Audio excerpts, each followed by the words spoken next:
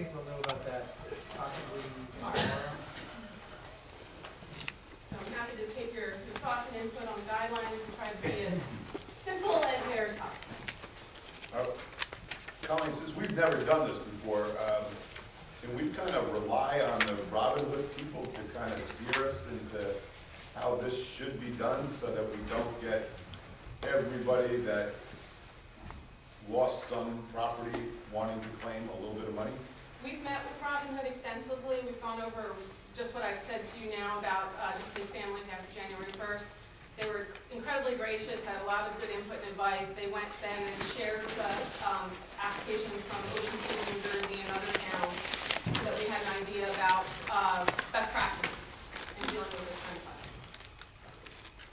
Once it's confirmed, how will the residents be notified, especially those that are not in town? Sure. We've been compiling a list for all that is right now about 35 families that we know are in place. In addition to contacting them ourselves, we plan to do a reverse 911 program as well as public notice. So we are going to use every avenue that we can through the library, through the schools, to get the word out that if you think you may be eligible, if you were out of your home as of January 1st, give us a call. It's a one-page application. It's very simple, and it kind of self-guides you to know whether or not you're eligible for funding. But you have a pretty good idea also.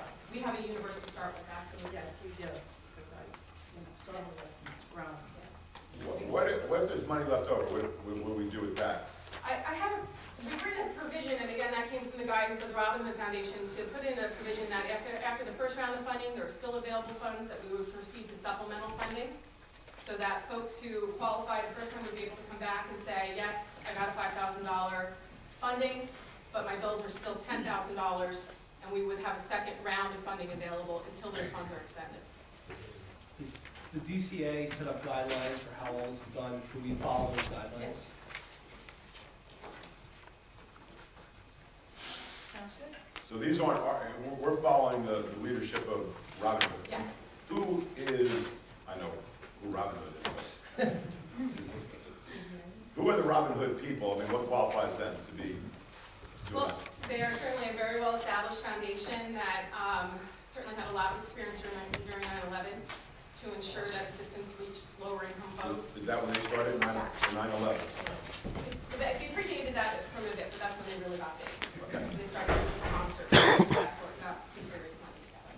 Mayor, you should recognize that there are other municipalities across the state that are doing the same thing, that are relying on Robin Hood's experience and guidelines to help street them on. So there's any allegations of We can't hear you. So that's Robin Hood. We want to introduce our new recreation director? Yes, I would love to introduce our new recreation director. Kevin Gann, you want to come? This is Kevin Gann. He's a lifelong Belmar resident, graduate of the Belmar Recreation Department itself. Recently graduated from school and back in town. And so he started last Thursday. Director Collins moved on to new opportunities, and while we do miss her, we're really happy to have Kevin take over. Yeah, I'd just like to say something. Back about 1979, when I was appointed recreation director, I kind of looked like that, you know. So, Kevin, hopefully you'll stay about another 30 years, and you still look like that. Right? You're working with young kids all the time. It's very rewarding. So I know you'll do a good job. I'll help you out as much as I can. So. Welcome aboard, Kevin. Thank you very much.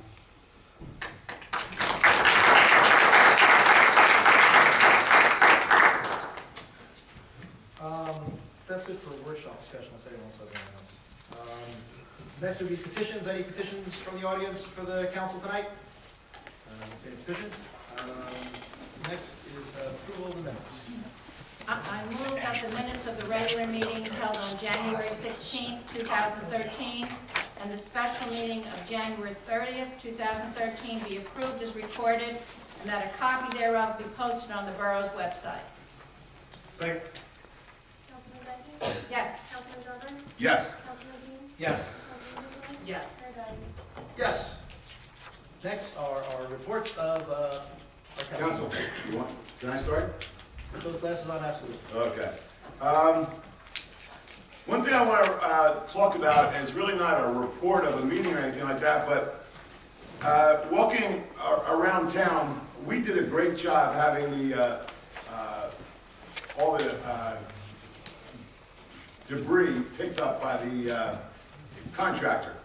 However, walking with my dog now, between the sidewalk and the curb, in many, many homes, there's lots of broken glass, nails, sharp objects. And I know just for myself, my dog has cut his foot twice on broken glass. I know one person has punctured their bicycle tires 2 times. So, you know, we really wish it gets to a point where, you know, just go out to your sidewalk area, between the sidewalk and the curb, look down, if you got a lot of glass or nails that was left over from the debris that wasn't picked up, you can really do the people that own pets or riding bicycles a big favor by trying to clean it up.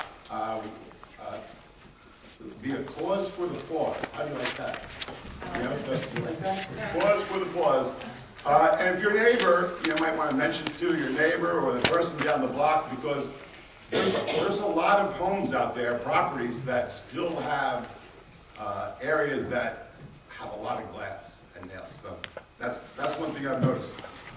I was also stopped by a person who's concerned that we're only doing things for the boardwalk and for the tourists coming for the summer. And I try to convince that person, you know, it's really not true. It's what you're reading in the paper. The newspapers are always reporting boardwalk, sand dunes, beach replenishment, all this, and that's what you're reading.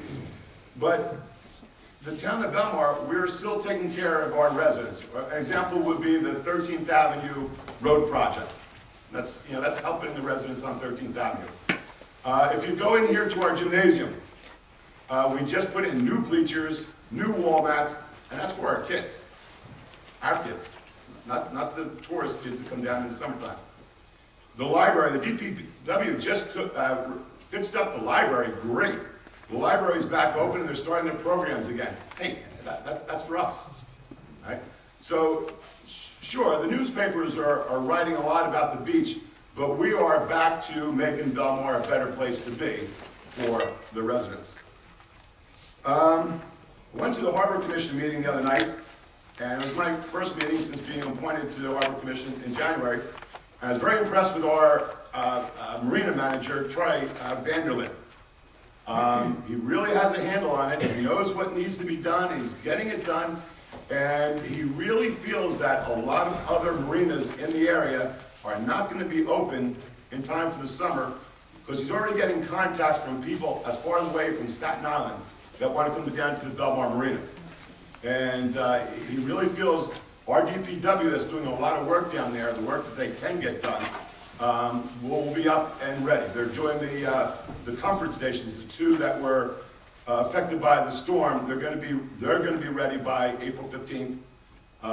And so we should really benefit this year by getting started early and you know, having more boats in our slips than in past years. And you know, just my first time meeting Charlie Vanderlyn, I was impressed with the gentleman. Now something for myself. I see a competitor back there. On March 9th, there's going to be an ocean plunge for the ALS Foundation, which is commonly called Lou Gehrig disease. It's a foundation that started by my brother about 5 or 6 years ago. And it's normally in February. We pushed it back to March because of the damage to the beach in Manasquan. And thank goodness, because the water will be so much warmer in March than it is in February.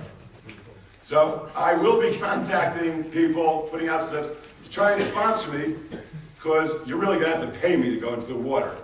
Steve, would you want to stand up? My competition back there from Belmar. Steve's been doing it for many, many years. It's a great organization.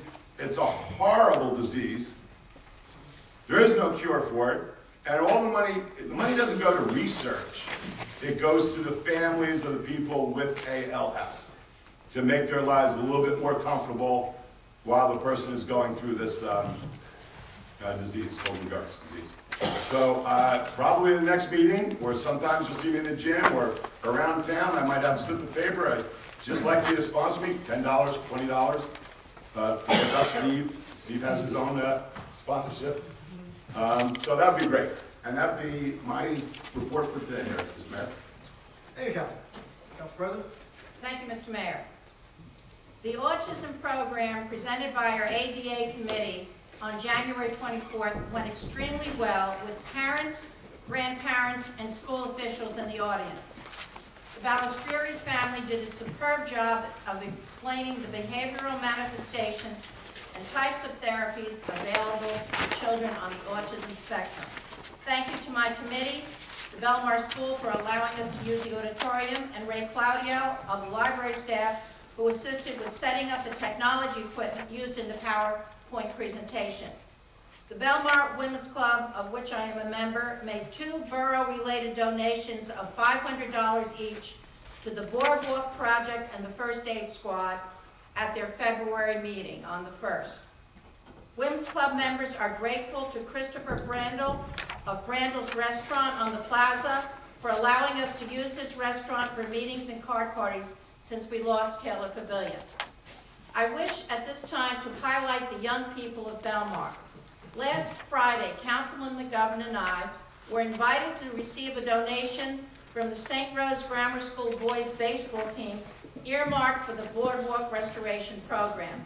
With the leadership of the team's coach, Mr. Ray Ryan, these young men are learning the importance of supporting the community in times of need.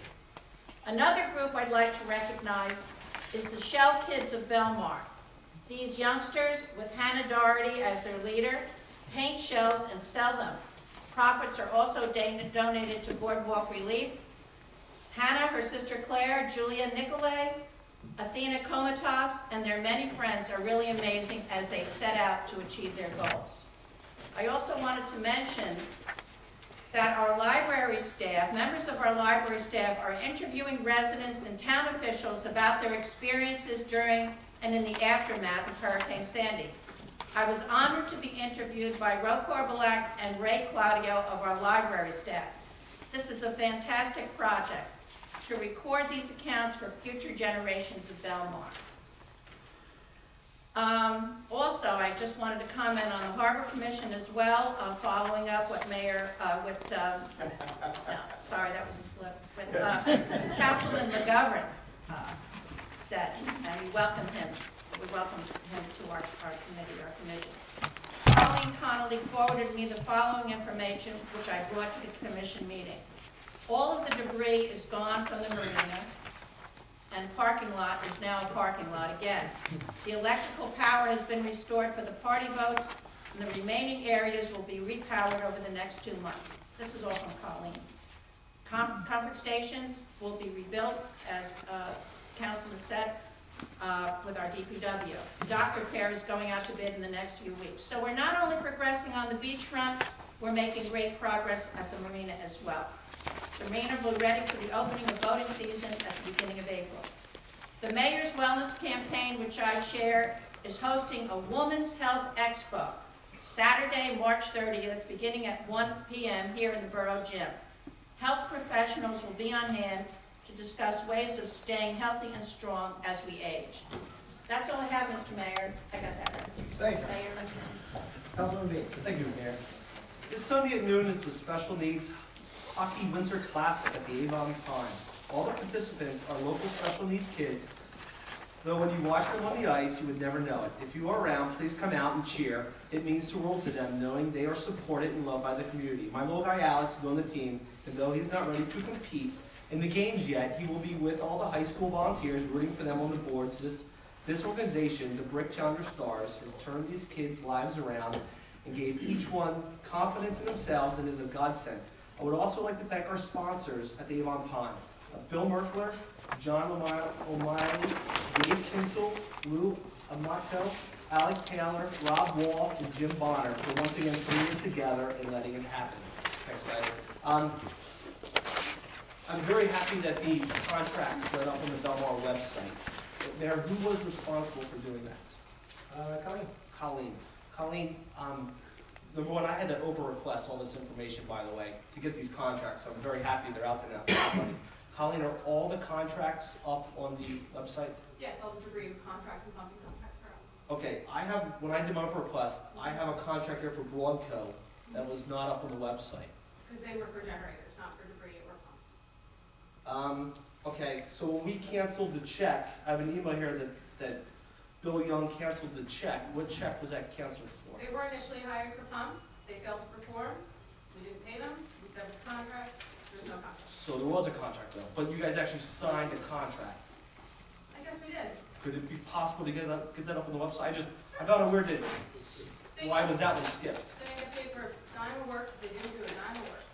Okay, and also on the Ferrara contract that I pulled up and I was looking through, it says that the delivery of goods and completion of service dates end December 15th, 2012, but yet the paperwork they're still billing us for is well into January 4th. Sure. Do we have another contract with them? No, that was an initial boilerplate contract, and the work was extended beyond that date on a task order basis. Is there any paperwork backing that up? We have daily tickets and things of that sort. But, I mean, could they do this for, in there I guess when I do contract law, you want a date or when it's completed, how do you know it's done? Well, in this emergency, there was no known end date. But So a this lot of is- the work happened by task order. December 15th is a month and a half after the emergency. Can't we put out for bid again, or we're just extending it? No, it just was extended. Was it signed when it was extended? Who approved the extension? The work was tasked daily, What's that mean? Explain it to me. meaning we tackled debris work day by day to make sure that the work was progressing. That work was authorized first by Bill Young and then by me. And how much are we paying? Same price? Everything's exactly the same? I I don't like that. I wish we would have a contract, instead, because this contract ends December 15th, and then these guys are out there, I don't know what they're doing. So I just want to say that it's not making me happy. I wish we'd have a contract that extended this or put it out for bid again. Okay? And that's all I have, Mayor. Thank you. Councilwoman Nicolay. It's taking place right now, but just want to make a note that the Belmar Elementary School is having its strategic planning meeting tonight. For the Belmar Recreation Youth Club, they are having their snow tubing trip February 24th on a Sunday. I think they're already maxed out with people that would like to go on the trip. As always, the DPW is very hard at work. I don't have exact specifics, but I'm sure the list is quite long. We are still getting calls, emails, text messages for people who would like to volunteer and help our town. So if there are any residents that are still in need of assistance, should be back into town and being displaced, need any kind of help, please call Borough Hall and they'll get the message to me. Also want to recommend people who would like to help Coastal Habitat for Humanity. They're starting to work on the homes that they'll be building within the Monmouth County area. Lastly, thank you very much for mentioning the Shell Kids. They are working very, very hard on raising money for the boardwalk. And I want to thank the Belmar Arts Council for giving them a space to paint. They truly think they're artists, and I think that they are. And also Surf Taco opened up their back room to the kids. So they've been thrilled to do that in town. Thank you. Jen, if volunteers are still contacting you, what I mentioned before about the glass and the nails, would they be able to just like Sure. go up and down the different streets and do that themselves? Because a lot of the homes where the people are displaced and still not there, or, if we could pick it up, that'd be something where volunteers could do. Absolutely. Okay. Thank you, Councilwoman. The main gist of what I want to talk about tonight is our progress over the last 100 days. But before that, two things I did want to mention. Following on Council President Dyke and Councilwoman Nicolay talking about the Shell Kids. What's really interesting about this is most of them are third graders, and they saw everything the adults are doing. And I can't stress enough how they just took it on their own to come up with something because they wanted to be a part of it. And what I've learned is that once kids want to be a part of it, they drag their parents into it, That's right. particularly the moms. So, as much as we want to thank the children, we should also thank the moms for working with them. But, you know, they're doing an outstanding job. Second, we have our Belmar Mayor's Ball this coming Saturday. It's sold out. And a nice thing, I saw him here before we left, our Citizen of the Year is George Komatas.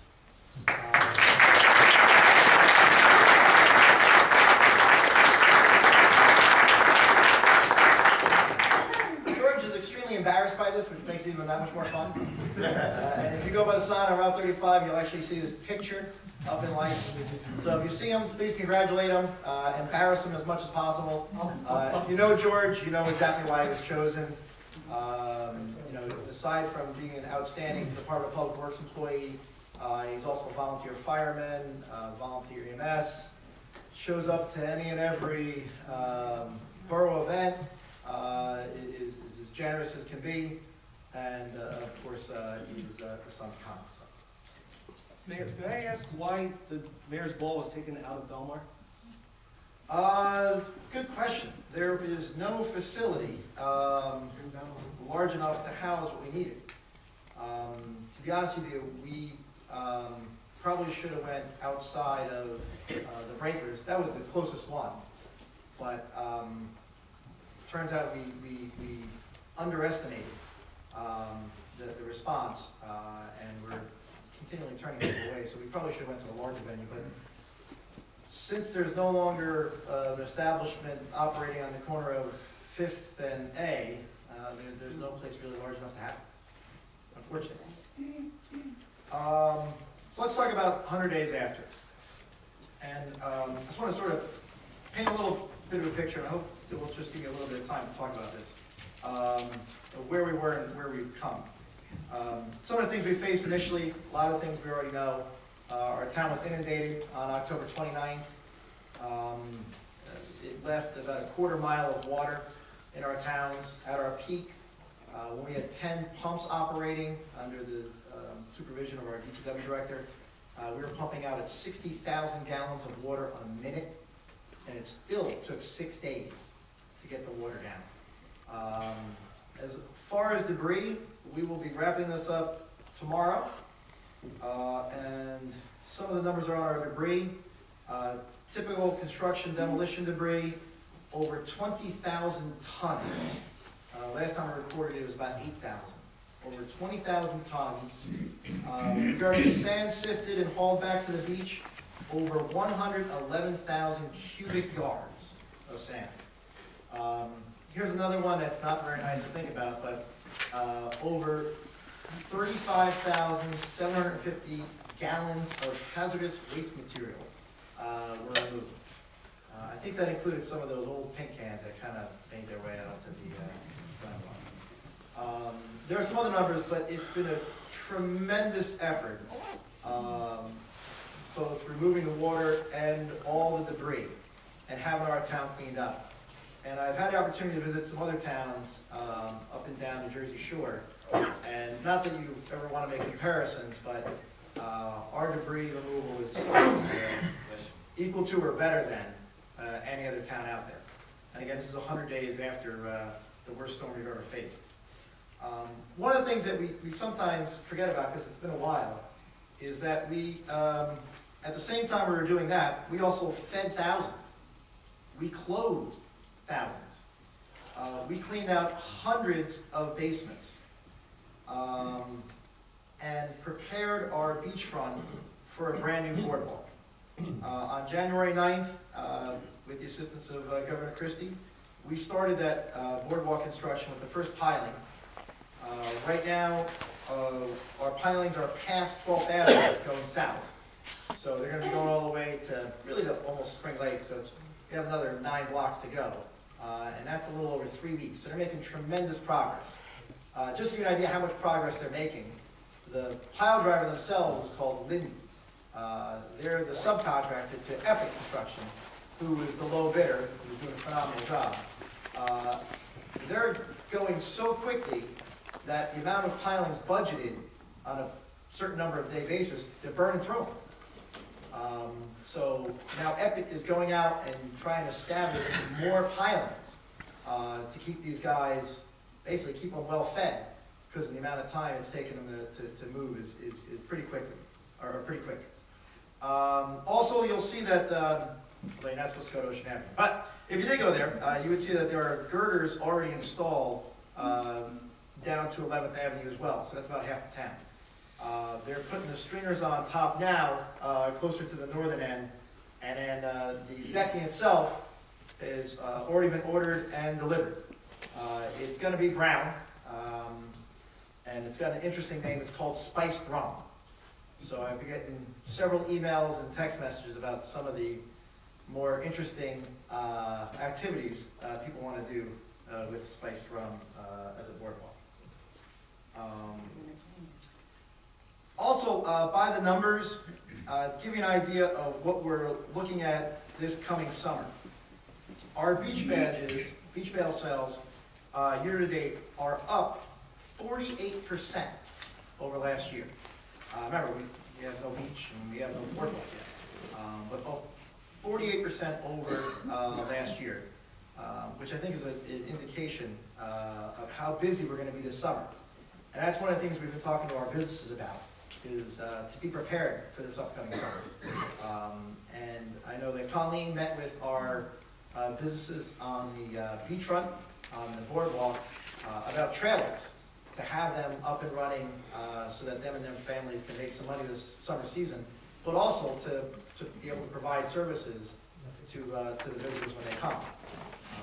But all businesses really should be ready, weather dependent, an outstanding summer based on the numbers we're seeing. Some very good numbers are Buy a Board campaign.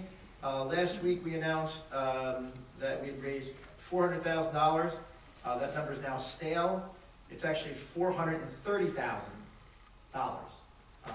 Remember, this is something we started after Thanksgiving, hoping to raise some money. And at some point, I think we're going to have to figure out a cutoff date, but we are raising a tremendous amount of money. So when you look at the recovery effort, the rebuilding, and what I believe we're going to have in store for this summer, you know, we're really heading in the right direction. Now, one other group of folks that we are still concerned with, and that is our folks who are still displaced from their home, some of them without a real time frame on when they get back in.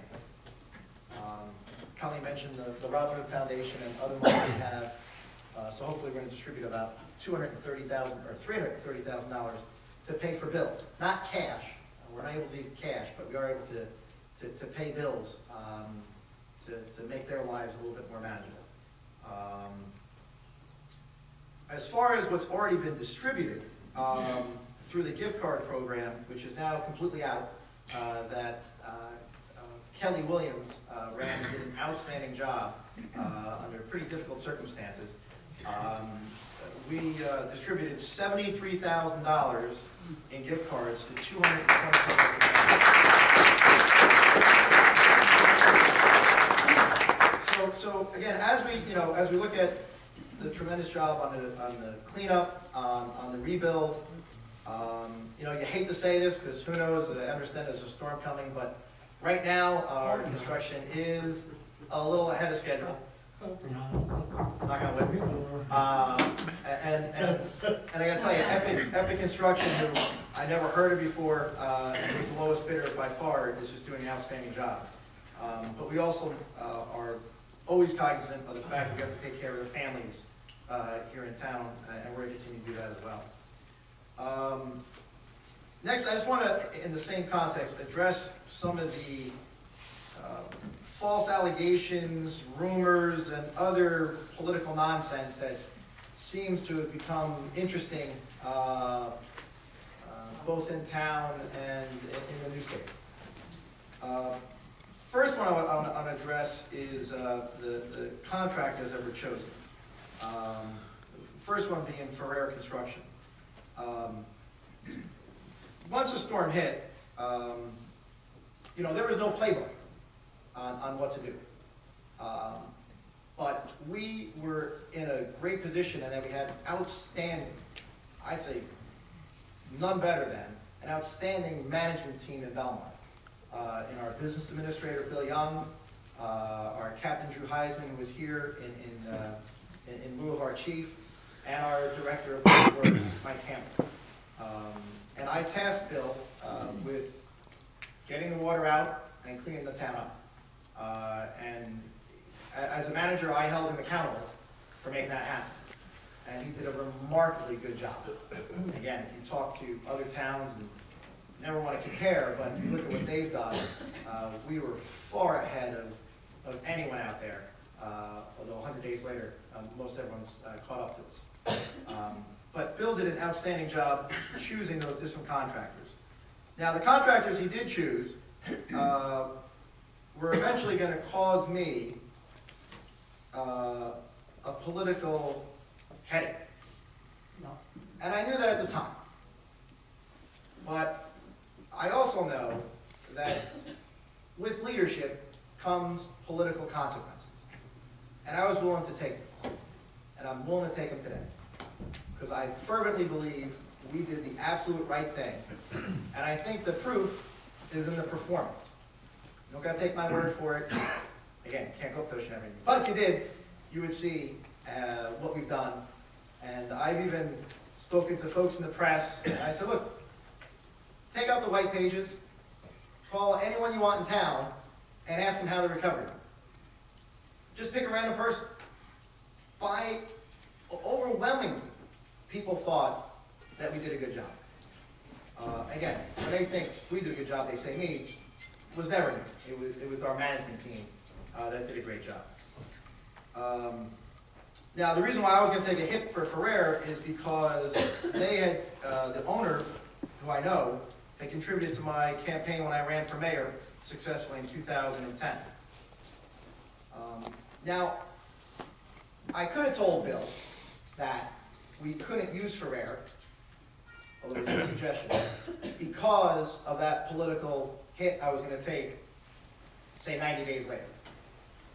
But if I did that, I couldn't hold him accountable for cleaning up the town. He had to choose who he thought was best, and I would deal with the political consequences later. And that's what we're doing today. The second one is a company called Ashbridge. Ashbridge was a company that came to Belmar, came to Bill, through the governor's office. Now, once we started talking about it, I told Bill, and I told our attorney, Mike DuPont, that my wife, Maggie, has a public affairs firm, not a lobbying firm, but a public affairs firm, and she does marketing. And that a contractor called Conti had retained her. Conti, in turn, started doing work for Ashbridge. Was hired by Ashbridge in the state of New Jersey under the contract that the governor gave to Ashbridge. Bill said, look, Matt, they're the right people for this. They have the experience in other states. You know, Bill's term is always a good one. His term is, we're at war, we need the best army. I talked to Mike DuPont. I said, well, here's my position. What should I do? He said, Matt, simply recuse yourself from any and all dealings with Ashbridge. Let Bill do his job, and let the town get cleaned up. Now, again, I knew that at some point in the future, I was going to take a political hit for that. But again, I do believe that that political hit is simply the price of leadership. And I was willing to take it. And in both those instances, I think I did the right thing. And I'll stand up for what I did. And I think it was the right thing to put Bill in charge and make sure this town was cleaned up and allow him the resources that he thought were best.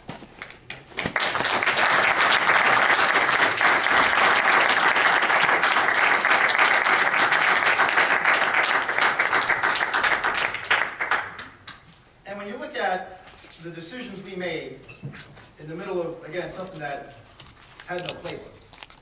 And when you look at our borough employees, whether it was someone like Kelly, or Mary Brabazon, or commissioners we have, our police departments from all over the state.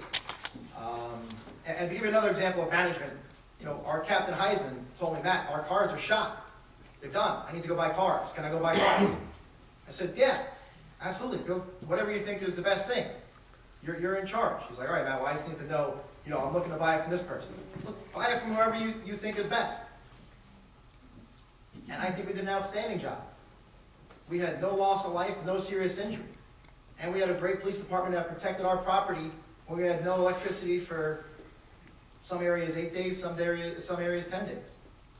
But I think when you step back and look at our response, and I'm going to say including my response, and I'm going to say including my leadership through this, when you look at it, while we didn't have a playbook, I think Belmar wrote the playbook.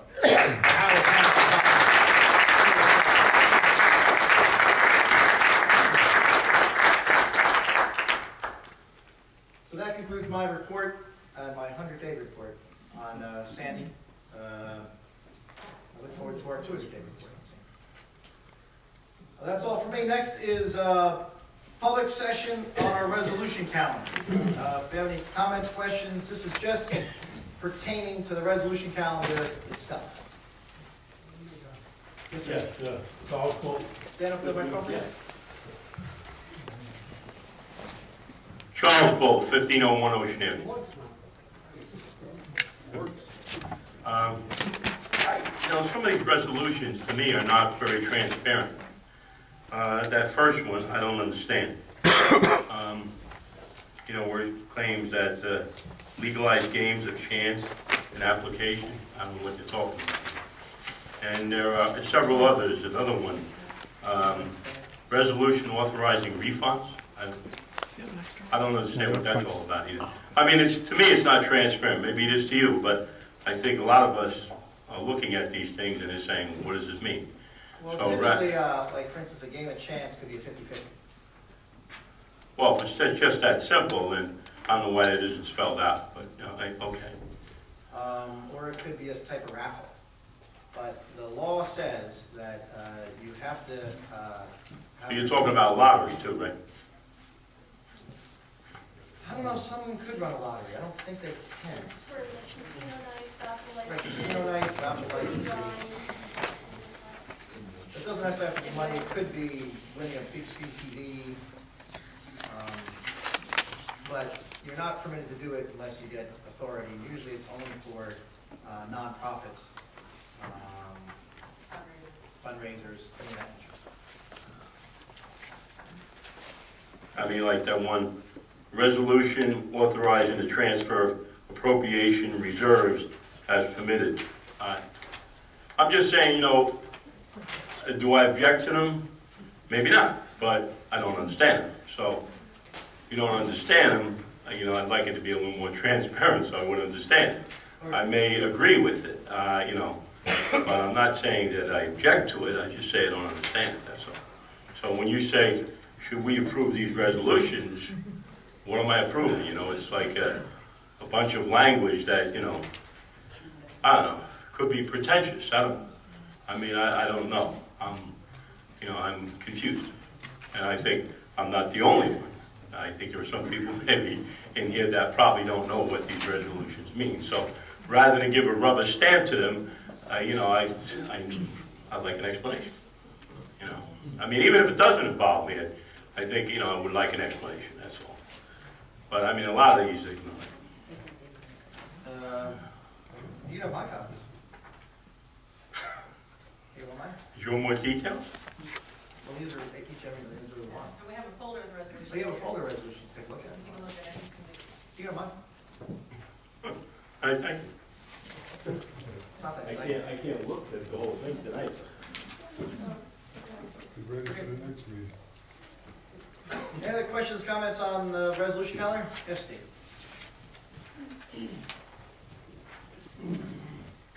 David Schneck, 302 C Street. This state contract for the purchase of garbage and debris removal, how much is that for? $3.5 million in addition to the initial authorization of 1.6. So is that, and who was that with? That's with Ashford. Ashford. Where is all this refuse that needs to be removed? We're done. It's actually out of town now. one landfill. So the work's already been done and this is just to pay them? Yes, we're catching up to the work done as the invoices are coming in. This is our forecast for what it will cost. This is a contract purchase of garbage and debris. We already bought it, now we're approving the contract? You've already approved funding authorization of $1.6 million. That happened, I think, November 21st. Okay. As the invoices come in, as they typically do, trailing behind the work. But this isn't a payment of bills, this is a state contract purchase. Yes, this is to authorize a new level of that contract. So, but we already did the work, we already The work's been progressing, yes. progressing, or is it? Pretty much done. Tomorrow will be done. Excuse me, we're signing a contract after the work is done? We already signed a contract. This is to increase the funding authorization for that contract. Says you're authorizing a state contract. It is increasing the contract that you already approved in November 21st. Increasing that level of authorization by $3.5 million. So the decision to spend that extra $3.5 million was taken earlier than tonight, right? In other words, we didn't get a chance to have public comment on it, it's already done, right? Now it's being presented to the The public, work is right? largely done,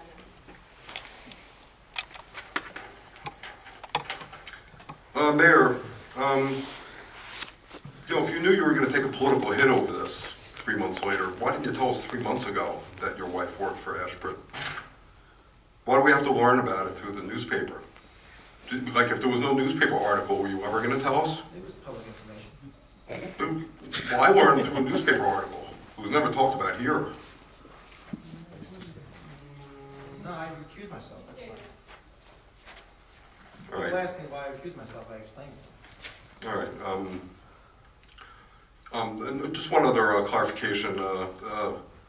Maggie, she took the job with Conti after the hurricane hit, right? It wasn't like she was already working for them when the hurricane hit, right? Correct. Thank you. And also, just to reiterate, or not to reiterate, but so you know, in her not employment, because she was employed, but in her agreement with them, she has recused herself from anything and everything to do with Belmar. She was on the list of the people that got the email about the contract, though, that was in the paper on Sunday, right? The email was forwarded to the Star Ledger that Councilman Bean gave him. Yes, she was on that because my BlackBerry at the time, I have AT&T, and it was not working very well, was not working. So Colleen sent a note looking for me, not knowing who I was with, and including my lifeline. Absolutely. Just one thing I'd like to bring up is, none of the other members of council have spouses that are involved in municipal affairs. Jim's wife is a stay-at-home mom, and Claire's husband is retired, and Brian's wife works for St. Rose, and Bart, I guess he still works for Computer Associates, or? No, he doesn't. Oh, okay, but he's not involved in any governmental affairs. But I'm just concerned that, because Maggie is in the business of marketing to municipalities, and it's not just the construction and debris removal services. She's represented unions that do municipal work and such. I'm just worried that this is going to be a recurring kind of problem, that she's involved in, selling and making deals and contracts with municipalities, and it just seems like that this isn't going to be the end of it, that there's going to be more complications, so. Well, I gotta tell you, my wife is a very smart woman. She's an outstanding businesswoman. I'm very proud of the business that she's created over the last year. She has clients in New York, New Jersey. I don't believe she has any municipal clients whatsoever. That's not true. And she works mostly in the private sector, but in today's world, private and public do interact. And I'm against that. If ever there's an occasion where it interacts here, as in the past, I would recuse myself. But there is absolutely nothing inappropriate about it. Well, she doesn't represent municipalities, but she represents, companies that sell services and labor and goods to municipalities, right? Well, Xerox sells paper and goods to municipalities. Staples sells papers and goods to municipalities. she works for one of them, would that be as inappropriate? No. Well, if they signed a contract with Belmar, it might, Well, they have a state contract. No, not anymore. You can try to make it out to be that, and you can put it on your blog site to do that, David. It's just not true. And no matter what you say about it, it's not gonna well, make it true. look, you know, the thing is that, yeah, you can talk about how everything was cleaned up so fast and stuff, but we haven't gotten the bills yet, and the bills are gonna be coming, you know, and we're gonna be paying them, so, okay, thank you.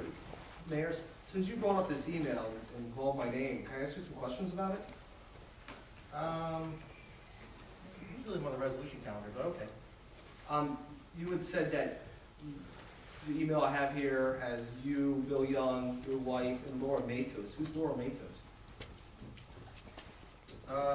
She is both a friend of mine and works for Maggie's firm. So why was she involved in this email? Because her and Maggie were together. So if there's 5 people involved in signing this contract, now no council people are involved in this. Colleen, why would you email Laura Matos and Maggie Moran? Hold on a second. First off, there weren't 5 people involved in signing the contract. 1, There were 2, 2 people. 3, 4. I have you, Bill Young, Maggie Moran, Laura Matos, and let's see, DuPont. I mean, this is That's an email. It's not a Colleen, contract. that's 6. On the contract is Bill Young, and his signature was witnessed by Colleen Conlon.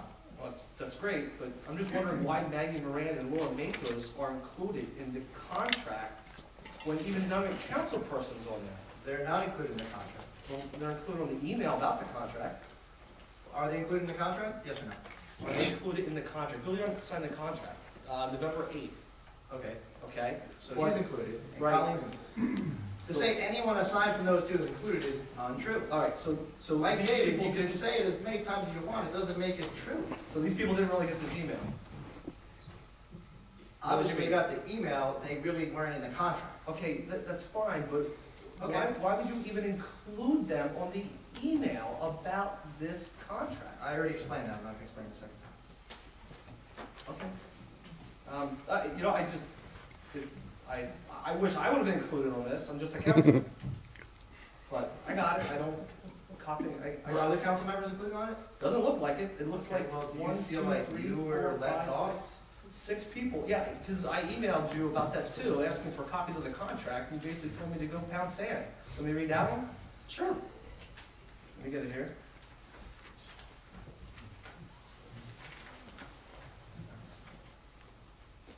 Take it up. I will, too much paperwork.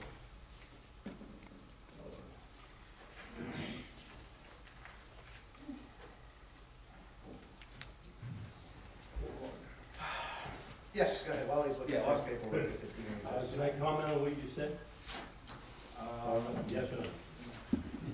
This is on a resolution, we'll have public portion afterwards, we can make up lots of crazy things Right here.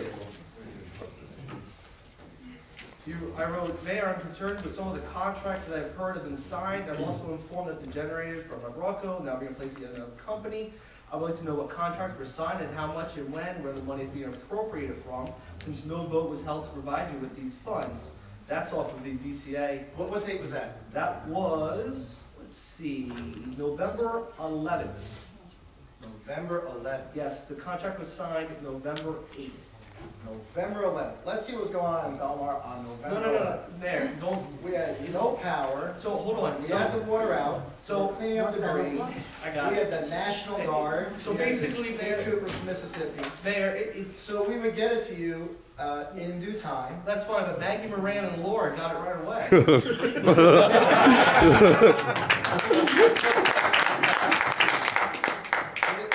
Was the contract attached to that email? Obviously not, or else I would've got a copy of it. Well, no, it wasn't. Yeah, it just talks Again, about you it. can say it as often as you want, it doesn't make it true. So you can continue it. Again, I knew I was gonna take up a little bit for all this. That's fine. That's the cost of leadership. You don't have to lead, Jim. You can just nitpick, and you're good at it.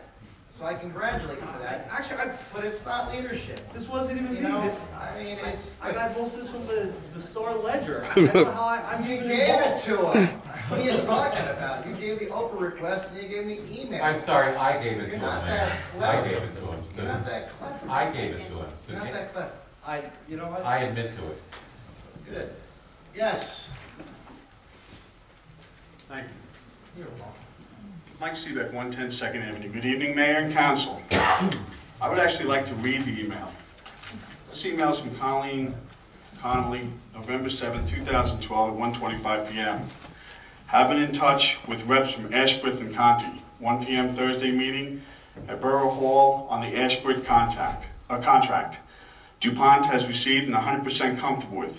Good dudes, eager to help. Copying Laura and Maggie as an FYI, and cause I'm not sure who has Matt's BlackBerry. In the article in the Star Ledger, Maggie Moran, your wife Matt, said she was upstate. She went back and forth, yeah, it's true. She went back. Was she upstate at the time this was sent? Did she have your BlackBerry up there? I have no idea, Michael. My guess is, because Colleen sent it to her, she was probably here. But you see, we had no power. So our children, like many other people in this town, weren't here because we had no heat. So they were staying with relatives in Dutchess County. Like I give you their address. You know, Matt, most people's cell phones were working. A lot of this communication was happening. Mine wasn't. I actually sent out a Twitter and I told people to call my friend Jennifer Nicolay's cell phone. And she got text messages and if you want, we can give you all those records too, Michael. You know, it's interesting. In the whole state of New Jersey, Bill Young, our administrator at the time, picked the two companies that were politically involved with Mayor Doherty, through political contributions and through your wife's relations, You're absolutely right. which is very interesting. Here's another email I'd like to read. Jim Beam sent me the contents of this Oprah request, which he paid $10 for, I might want to add. And the fact that Jim Beam had to pay $10 to get this information, and now it's been put on the website, is a disgrace. Why do you give it to you? Public record. Public record. You asked me for it. Open Public Records Act. I think it's fairly self-explanatory. Glad you guys are sharing. Stop payment on Broadco. This is sent by Bill Young at 3:23 in the morning, Saturday morning. This is on the Broadco contract, Yeah. which nobody's seen the contract. Was Broadco replaced by Ashbrook? I mean, did all of a sudden a new No, but I'd show you. What time was that saying? 3:23 a.m.? What time? 3:23 a.m. Man, Bill does one hell of a job. Yeah, I'm sure. That's the guy you want in charge? That's the guy I want in charge, Mike. Not if you're Broadco. You know what, spending $4 million, $4 million on a company that hires your wife, man, is exactly who you want in charge. Bradco was let go. They weren't doing the job. They got fired. Okay, That's what happens in business. this is part of the public contract because I believe Ferrera was a subcontractor to Ashbrook. Is that not the case? This is another email that is from Colleen Connolly, November 15, 2012. This is to Nelson Ferrera, who I believe is a principal of the Ferrera Corporation. I don't know that for a fact. Do you know him? Can you confirm that, Mayor Doherty? They're very similar names, Mike. Thank you. Hey man, do you have any thoughts on a quick PM meeting at Borough, on Borough work? As we get further away from the disaster, I just want to make sure everyone's playing in the sandbox. Excuse me, including our DPW engineers. Do you agree? Who from Ashbrook would you like to recommend? Higher up than Andy? When I read this, all I could think about is the size of the turkey Ferrera was envisioning in dealing business with a town that's hey man in their emails. Is this what we pay our borough administrator to? Is this how we're communicating with contractors we're hiring to do business? So you're criticizing the fact that she wrote, "Hey man"? Yeah, I think it's very unprofessional. I think it lacks professionalism. Well, you know what, Mike? You can run for mayor and you can terminate her. How's that sound, buddy? But until then, you're not mayor. I am. She does an outstanding job. She did an outstanding job for the whole town. Once again, Mayor Doherty, she did an outstanding job. And now we're finding out you're spending millions of dollars to companies you're politically aligned with and that contribute to you. There was no public bidding. There was no information given to council members who requested it. In fact, in this whole Oprah request, which requests communications, there's not a single email from you. And Jim Bean just read one. So maybe while we're at firing people, maybe we should fire April for withholding information. run for mayor and you can try that. Do you remember we mentioned before how my email wasn't working? Did you miss that part? Did you miss that part? So you didn't send a single email? So if a subpoena was issued to the town of Belmar requesting information, there's not a single email sent by Matt Doherty during this whole process? Is that what your statement is? I'm telling you, the reason why I had these other people, Blackberries, iPhones, cell phones, I actually used a borough cell phone for a little bit, used one of the DPW guys' cell phones for a little bit, was because mine wasn't working. And let me go back to that email for a second, because here's a very good important point. Our Department of Public Works, our private contractors, and our borough employees worked seamlessly. They had a great relationship. That's how you get things done. And again, the proof is in the performance. Mike Campbell is here, he would tell you, and I'll speak for him. He thought Ferrer did an outstanding job. We spent millions of dollars. Anyone would do an outstanding job for all of that money. And by the way, the rest of the town must not have been aware of your email problem because everything is addressed to you, Mayor Doherty. I'm telling you. It So was whether you applied or not, I guess we'll never know because there's no emails from you. In fact, there's precious few from Bill Young. You know what? And it's interesting. Let's go through. Here's another one I'd like to read, Mayor Doherty. This is the crew compliment for one of the paydays that Colleen Connolly was referencing. Belmar, 9 crews, 13 trucks, 10 hours worked, loads hauled, 50 yards, 21,000, veg, 14. You should have written out vegetation. I apologize. Yeah, well, one Ashford employee. We're paying millions of dollars that other towns didn't pay for connections, and you're telling me it's a political hit. I think it's going to be a financial hit. You're wrong. You're wrong. Let me tell you what would have happened if we would have followed your idea. If we would have bid this out. We would have bid it out, and I'll go through the steps, because I asked Colleen to look into it, because I figured someone would come up with this ridiculous idea. So thank you for bringing it up. We would have had to compile the specs for the bid on October 30th, the day after the storm. Council authorization for the bid would have been a special meeting on the 30th as well.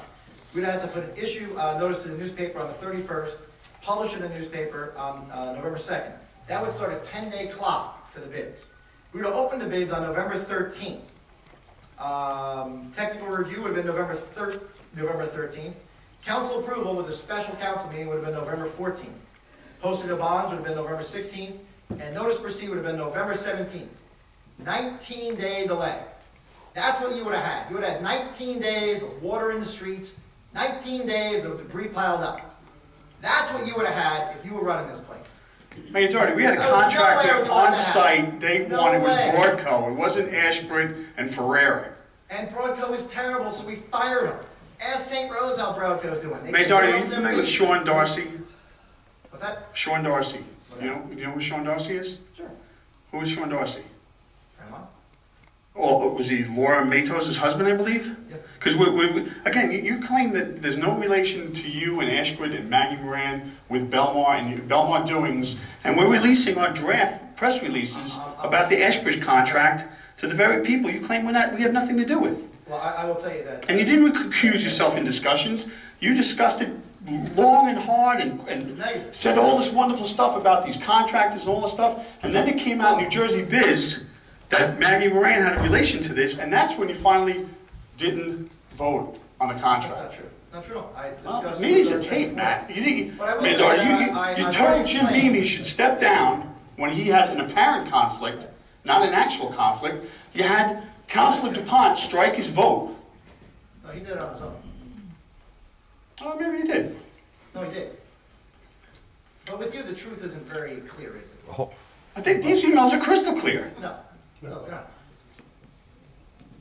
I've already explained that there is a relationship between my wife, who's an outstanding businesswoman, and Ashford through a subcontractor. That's why I recused myself.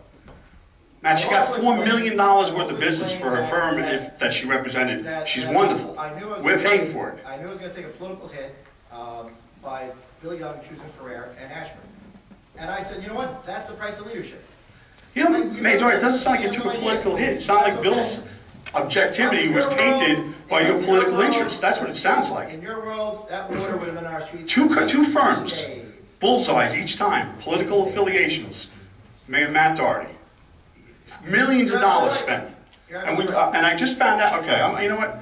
I found out a lot, and look at the results. The results which are coming out in the paper are the towns that were methodical and stuck with bidding processes and forced people to do things competitively, did things phenomenally cheaper than we did. So, We should have bid it. We should have had water on our streets for 19 days. Good job, Mike. You should run for mayor. maybe I will, Matt. Please do. That should be your slogan, water for 19 days. Yes, Bill?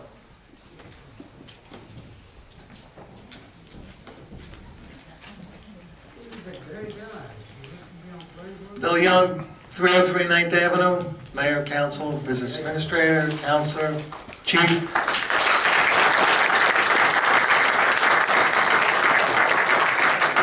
Michael Belmar, Senior Citizen, from Grace.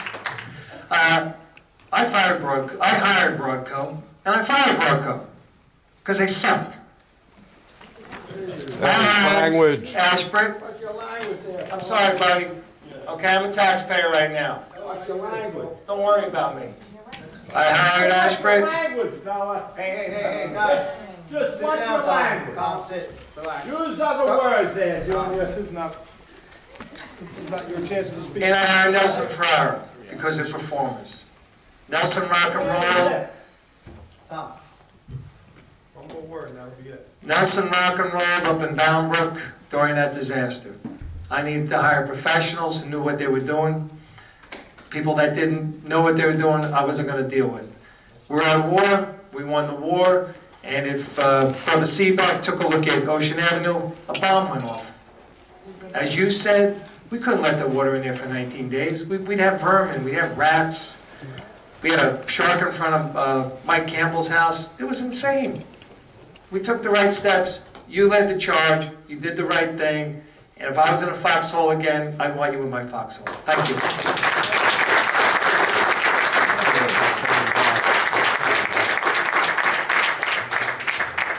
Sue Gerber, Fifth Avenue. I've been reading the papers and listening to this, and I just find it very upsetting that everybody is at odds with everybody. I attended a meeting where Governor Christie said, he told Washington, you want to bicker outside. It's, you know, a common plan is to get the town in order. I was displaced, and it was an awful, awful feeling. I kept calling, Susan, you can't get to your street. It's, you know, we don't know if you got hit. It was awful. And I commend you. This was a disaster. Belmar got the hardest hit. FEMA said in all the disasters that they have seen, they have never seen the outpouring of volunteers, support, and community closeness.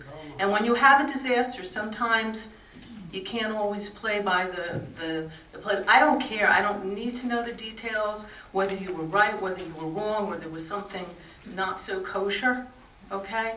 It got done, and I, for one, am thankful that it was done in a timely manner. Because when I did finally get home, the stench was terrible that came from the basement.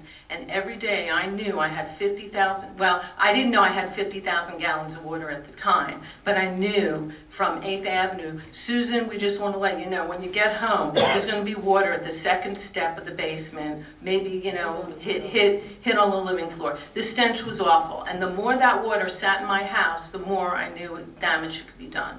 So let's all try, you know, business is a business, and I think you treat it like a business. This is our revenue, the biggest revenue that we gain is in the summer. And if we're not ready for tourism, being a tourist town, not only will it affect everyone on a personal level, on a taxpayer, but all the businesses, and then what will we have? So I, for one, am very thankful the way it was handled and in a timely manner. But I'm a little disgruntled of what's happening here and the bickering, and to have to put, you know, you through this, it's tough.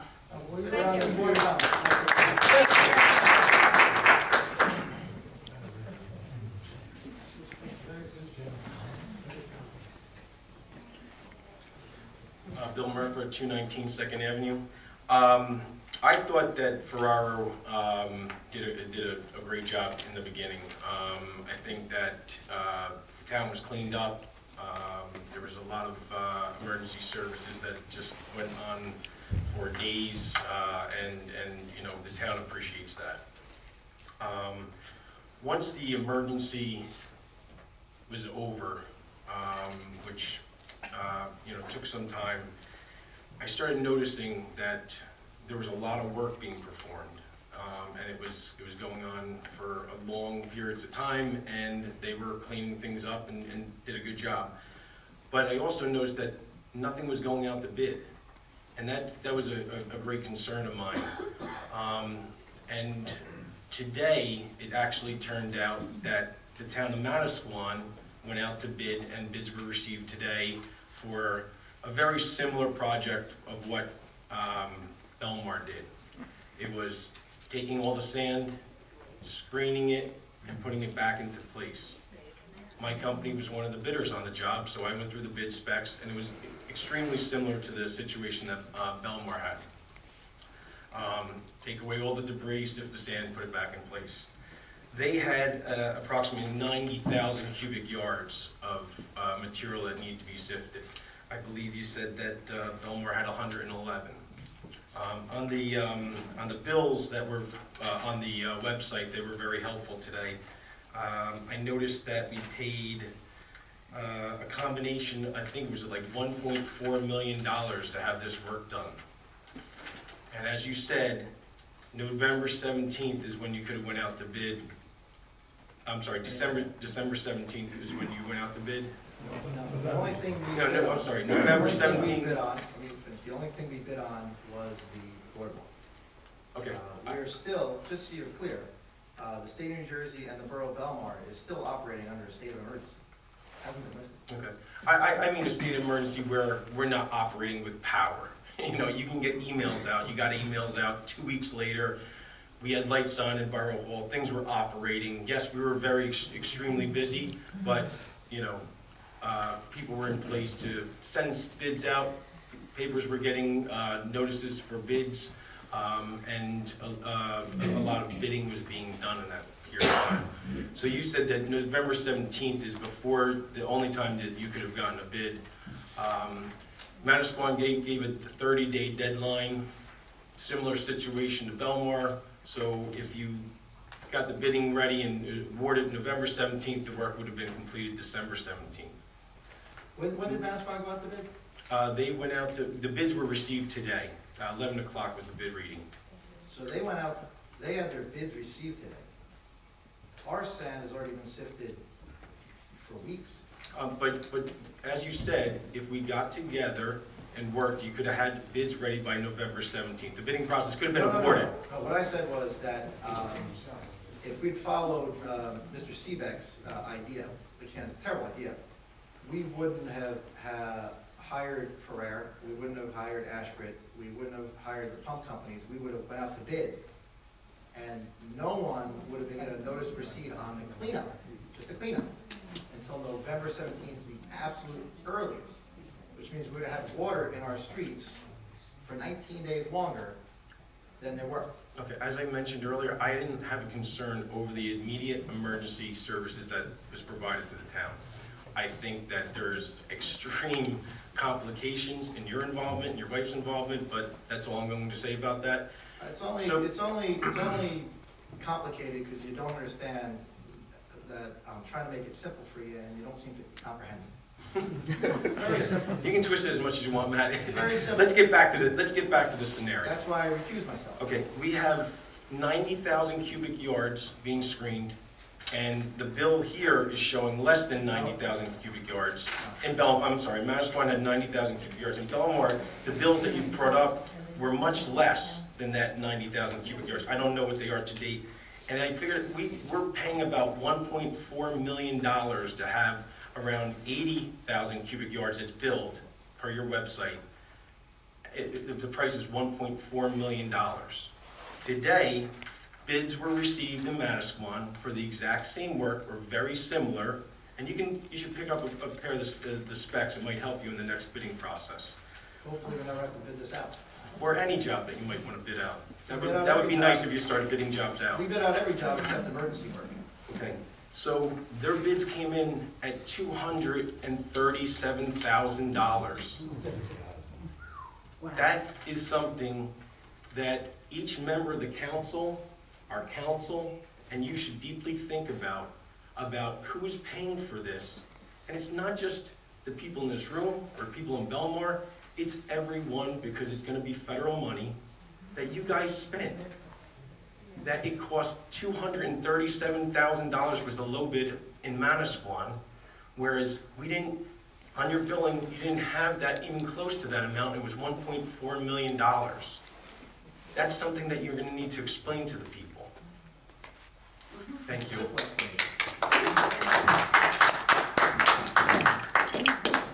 Any other comments, questions on just the resolution count? Again, we open up, yes, Neil? Regarding the resolution of April, by the way, please record me as Neil Vincent Scheck of 410 4th Avenue.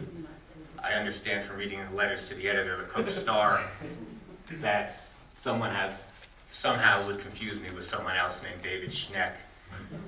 Neil Vincent Scheck, hopefully. Other than buying a toupee, I don't know what else I can do rather than change my name. And I certainly don't want anyone confusing us because everything he says, I pretty much disagree with. Except that you're both good looking. I think you've been doing an amazing job. Before the hurricane and since the hurricane, you've really proven to be a great mayor.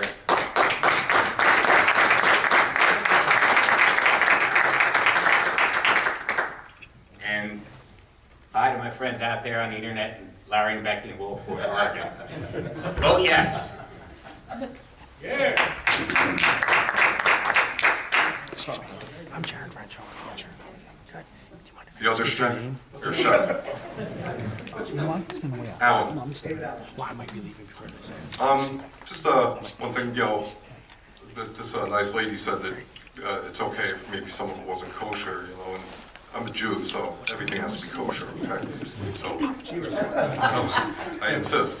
But this this isn't the first time that that people have complained that you've done stuff without putting it out to bid. There was the internet site, which still is not functional.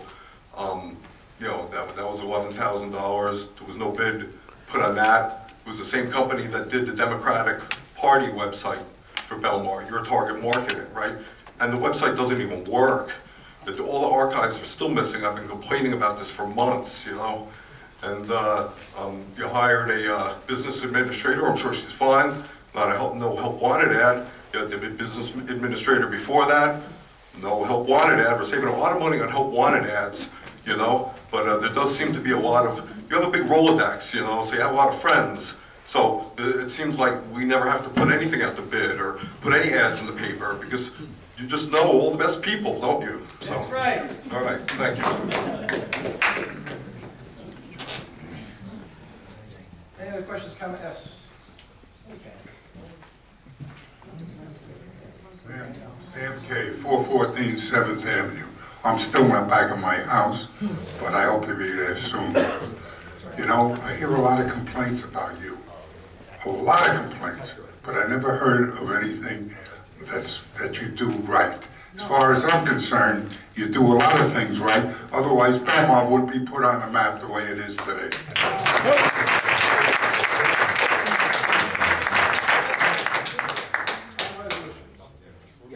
Just one more since we have how much was that, $4 million in bills? For 3-something to pay tonight?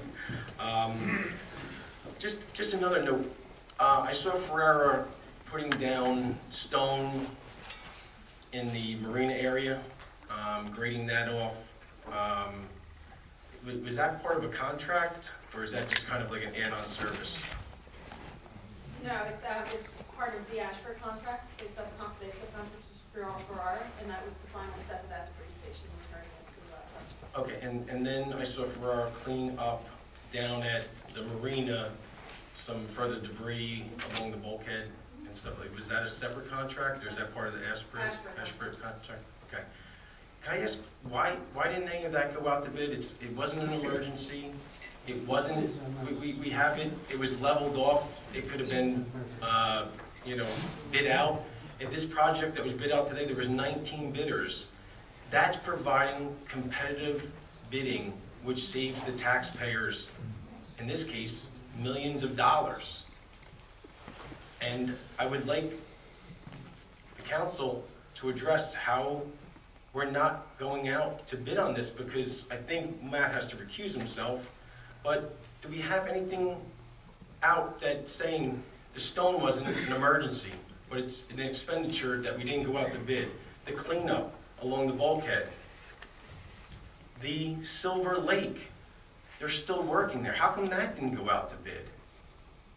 They're raising manholes that cost thousands of dollars, and none of it's going out to bid. Are we just giving them a broad brush and letting them fly with checks that we have contracts later, but just do the work and we'll pay you later and we'll sign contracts later?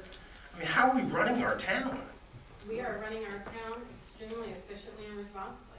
How is that more than non-bidding? How do you figure that with non-bidding? Every piece of work performed is directly related to the debris caused by Hurricane Sandy and has a direct impact on the health and welfare of this town. Whether it's addressing debris in lakes that would require, or should we have a large water event and see repeated and recurrent flooding in the homes that surround Silver Lake and Lake Como, all of this work was extremely necessary and extremely timely to do as quickly as possible before we had an unfortunate catastrophe again. I agree with you that the work did need to be done. It was at stages where the berms were set up and then there was continued work going on. And I want to ask you, Borough Administrator, how come this isn't going out to bid? How could you look at the people of Belmar and say, I am spending your money and I'm not doing it as competitive as I should? The responsibility entrusted to me by the mayor and council is to ensure that work is done expeditiously and in accordance with the law. And that's absolutely what has happened. Okay. And do you feel that the bidding process should be thrown aside just after the emergency's been taken care of? And as I mentioned before, and Sam K, no one's saying anything that they did positive. I think you guys did a great job in the initial storm cleanup and all throughout it. But it was the competitive bidding process once it stopped. We're writing aspirate and forever these blank checks, and they're going on time and material basis. And you can ask any contractor how time and material works. It's not as competitive as 19 bidders showing up and getting the work done for $237,000 rather than $1.4 million. You know, we had time to put the boardwalk out for bid. I don't have time to put anything else out to bid. Because, and I think we've come to broken records here. When it came to debris removal for the welfare and safety of the residents of Belmar, it was an emergency. I agree with you. That's not what we're contesting. And that emergency is essentially ending tomorrow. So in other words, 101 days after the worst natural disaster to face this community, and we're cleaned up. Other towns, like you're mentioning, aren't. Not cleaned up. So we, you know. When did the first piling go in? What date was that?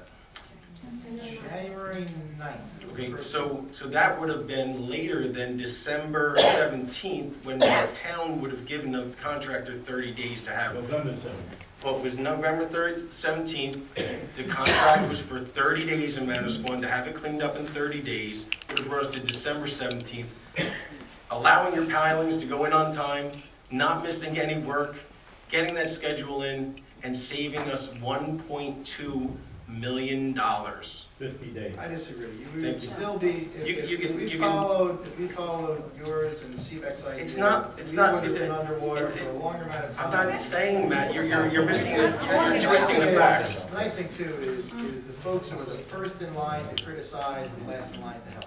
So. Okay, Matt, all throughout the storm, I helped every one of my neighbors. You can ask any of our friends. My family and I did our share of work in Belmar. We're very proud of that, and I have nothing else to say on that. But We're not talking about that, Matt. Don't twist this. This is something that could have went out to bid and continue to go out to bid. Silver Lake, the stone emergency, was there a stone emergency in town? Oh my God, we're not gonna have stone. Look, I understand you probably want. We're not gonna have a parking lot. Look, We're not gonna have bulkheading. bulkheading. Work and you didn't get the work, so you're upset about it. Matt, I didn't bid on that. Oh, he's upset. Needs our work. Maggie got the work. Our business administrator the exact right thing she should have done. The previous administrator did the right thing. You can second guess and you can criticize, and I get it. You're gonna try to score some political points and congratulations, but I'm not doing this politically. This is. I wouldn't have done anything different. Okay, and I would have never, I'll stay right here. The work that Farrar did in the beginning, we've never been able to do, and I would never bid on it. And we didn't call Belmar, Would you bid on the work at the marina, the stone? Yeah, we do that work. If they went out to bid, yes, we do that type of work. But if it would have been, went out to bid, if my wife worked for the borough, I would have recused myself. Thank you. You're right. My wife doesn't work for them. But there would have been a conflict, and I would have noticed that conflict, and I would have let everyone know about it. You're right. I recused myself. I let everyone know about that. After it came out in the paper, man. Nah, that's wrong. Enjoy yourself. Yes, sir, on the resolution now. Yeah, and, regarding Ted Eman, Oakwood, regarding garbage or waste and debris removal. In a situation where, I don't know what happened with here and Bill Young and choosing in those initial days after the emergency, but if I wanted to remove and haul waste, I would look for a list of haulers and removers of waste that are licensed in New Jersey. I wouldn't go to a general contractor. And the list was clearly posted online. New Jersey Treasurer posted it. It had Ashbrit. It had 4 other main contracts. And then it gave a complete listing of state licensed haulers, debris removers and haulers, people who are already licensed to do this. So we chose Fiera, but even before we signed a contract. You put the contract online. It's not signed, but it's dated the 6th of November. So that's actually the first contract being prepared. And our first choice was Fiera, who is a general contractor, and he does not have a license in New Jersey, according to New Jersey, to actually remove and haul the debris or solid waste removal license. And then I noticed we keep talking about this DH Read, and it's printed in our bills paid. Yeah, DH Read, it's online, shows a bill paid for, and it's not DH Read, but it's been DH Read for months. And finally today I looked up DH Read, and it isn't DH Read. Thank you for putting the contract online, but it's actually JHREID. And they're also a general contractor, and they were contracted early, and they're in South Plainfield. And I also noticed that they happen to be one of the biggest contributors to John Wisniewski, who was also the chair of the and still is the chair of the Democratic State Committee. So I just thought that was a really interesting choice. That just a coincidence, I'm sure, right? You're welcome. All right, I'll make a motion to close the ever entertaining public portion of the resolution count. I'll second it. All in favor? Aye.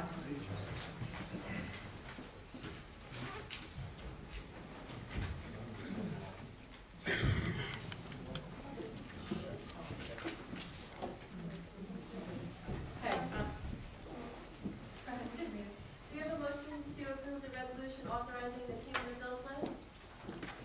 I'll make that motion. Do you have a second? Second.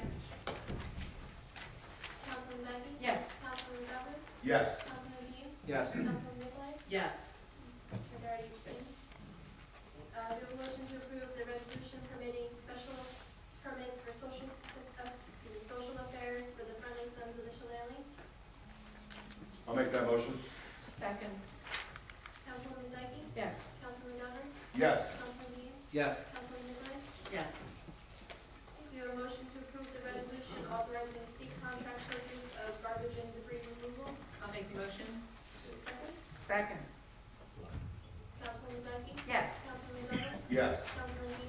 For the record, this did not go out to bid, correct? This is just another contract we're adding on for Ashford, who the mayor's wife is employed by. You know, I cannot, this is ridiculous. This should run out for bid. And if, after the newspaper article said it's, you know, we're paying 3 times what other towns are paying for this, I don't understand in February why we can't bid this.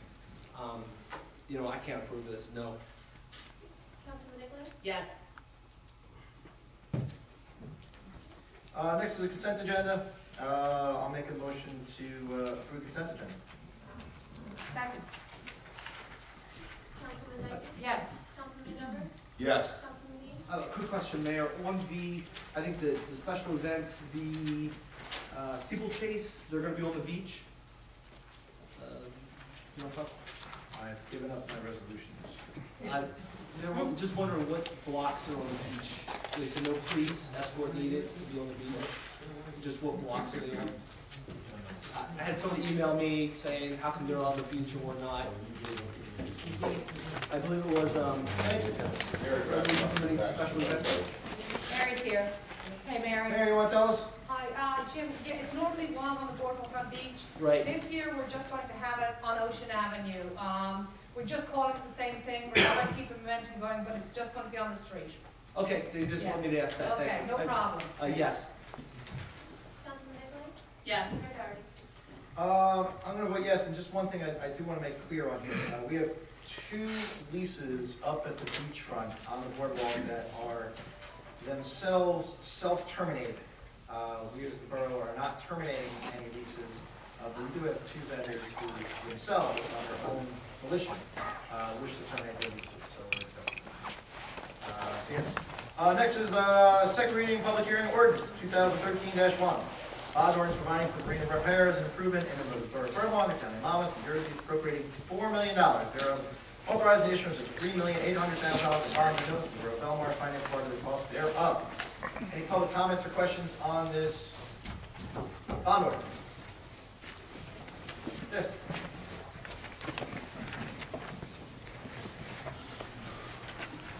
Just a quick question. David Shack, 302 C Street. How much did the marina make last year?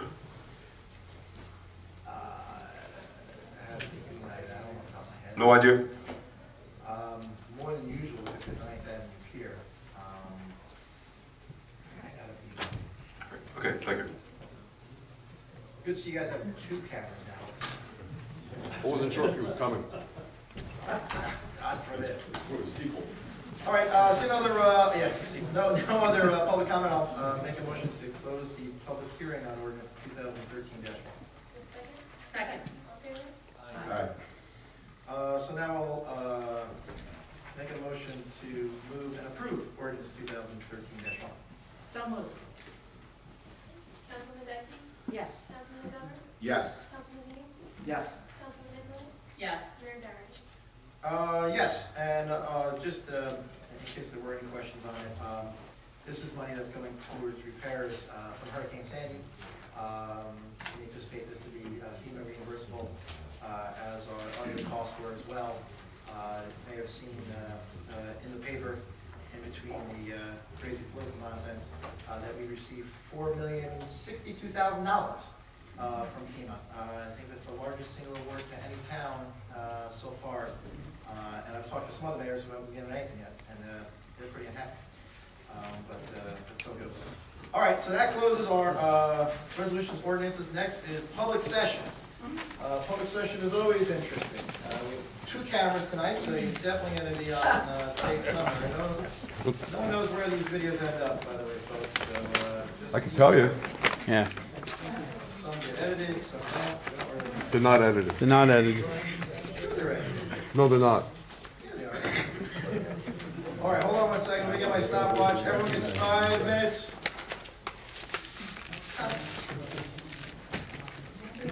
County Dollar Porters, 1002 Main Street. I'm just sitting and listening to all these complaints that really is not valuable. We have so much and so many people with problems. We don't thinking about. You do an excellent job. I know you was running everywhere to help everybody. And I talked to a friend of mine in Bradley Beach. I say, our people, they go and clean up basements free of charge. I want to have this because they don't believe me. And I say to yes, I see it was a letter, send them out. If you have problems on your basement, water, wherever, please help us to send us somebody to clean up. And people, they suffer. People, they without homes, without place to stay. We don't think about them. I don't understand why, who we hire and who we don't hire. Mr. Young was doing an excellent job. He was on a planning board or zoning board to help people to get permits and do their work for their houses. He was one person that I was shaking head all the time because he understands the people's need. And who cares who done the work? Let's do fitness. Let's get working and let's stop this aggravation. Who did this? What? I'm Greek and I don't understand the word, but I'm watching and saying things. This town did the best on any other town. I don't know how much the other town, but I see on the TV, I see on the news, and Belmar people, and the volunteers, and everybody else. They almost arrested me to die for going to the ocean front because they're not supposed to. But, all right, I listen. I understand somebody giving the orders to them not to allow it to go because for our safety. Okay, I say you don't have to, I won't. That's all. But please do what you do the best. You are doing good and continue. And Mr. Young, you're one of the best I ever know.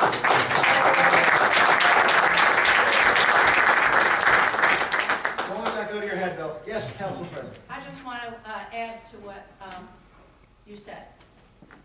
Please do not be dissuaded by all the negativity that you're hearing tonight. Wherever I go in town, and I'm all over town, I'm in the Women's Club, I'm at St. Rose Church, I am very well traveled in town. Everywhere I go, people compliment you. People tell me how wonderful you were during Sandy and the aftermath. And they find that you're still doing a wonderful job. So, what's happening here tonight should not affect you at all, because the town, as evidenced by the number of people coming to Mayor's Court, that's all about you. Your leadership in this town has made the difference, and I just want you to know that, and I mean that from the bottom of my heart. That's all I have to say. Yes, Jim. Good evening, Mayor, good evening, Council. Jim Camara's Jimmy's Place, 804 Ocean Ave. Yeah, I want to, Councilwoman, second kind of what you said about the mayor, the council, Bill Young, everybody that worked on this whole endeavor, whatever you call it. And, you know, I tried to do my part a little bit down there, feeding the people, helping out. And I think we followed your lead. And I see that all the people that came around, it was all because you, Mayor Doherty, and the council, and everybody that, man, this guy's going to make it happen, you know? And everybody jumped in. I was feeding people. People were bringing me food to feed people. And it was just, you know, it just snowballs. It's like you get excited about it. And that's what a good leader does. So that's all I want to say about that. Yeah, make us all feel good. And you're doing a great job. And about everybody arguing about Ferrara and this and that, I'm not a business administrator, and I don't know too much about politics, but I am a businessman. I know if I have somebody doing a good job, I'm not going to look for somebody else, even if that guy costs me more. I'm not going to look for somebody else because I don't know what kind of job he's doing. So I'll let them finish their job. They started out good, finish. You know, why bother? Anyway, like I said, I'm not a politician, and you know, I'm not that versed in We're Bricks. Okay, enough about that. The only other thing I wanted to ask, I know the money is supposed to be coming to 50 billion, and we're supposed to get our share and stuff, and that's going to be happening. As a matter of fact, I saw Governor Christie on Letterman last night, and I was hoping he was going to mention Belmar, but he didn't. And I heard that, you know, there is going to be grants available to businesses because my insurance company, they're not giving me nothing. Wind exclusion, rain exclusion, flood exclusion, so all my economic loss or my business interruption, I'm not getting it. FEMA, nothing for the businesses. They sent me to SBA, which I'm still waiting, and they're talking anywhere from 3 to 6%. I really don't want a loan. I can't afford a loan. I took a pretty good hit. So I was wondering how, you know, as a businessman in town, me and the other businesses can get some of that money, or are we going to be able to have some of that money as a grant, just to help us, you know, get along? Because I'm repairing. I didn't get too much damage. I was lucky. The big guy upstairs was looking out for me, I guess, and I'm thankful for that. But I did lose some stuff, and it's going to be tough for me to you know, get it together. I'm doing the work, and I'm spending money that I don't have, and I was just wondering if any of that money was going to come our way. Well, I tell you, we talked to the governor's office today, and one of the things that, you know, obviously not all 50 million goes to one state. No, I understand. And then a lot of it goes to, you know, FEMA, just infrastructure repair. You know, a lot of it goes to things like New Jersey Transit, stuff like that. But they do have something called Community Development Block Grant money, where the state has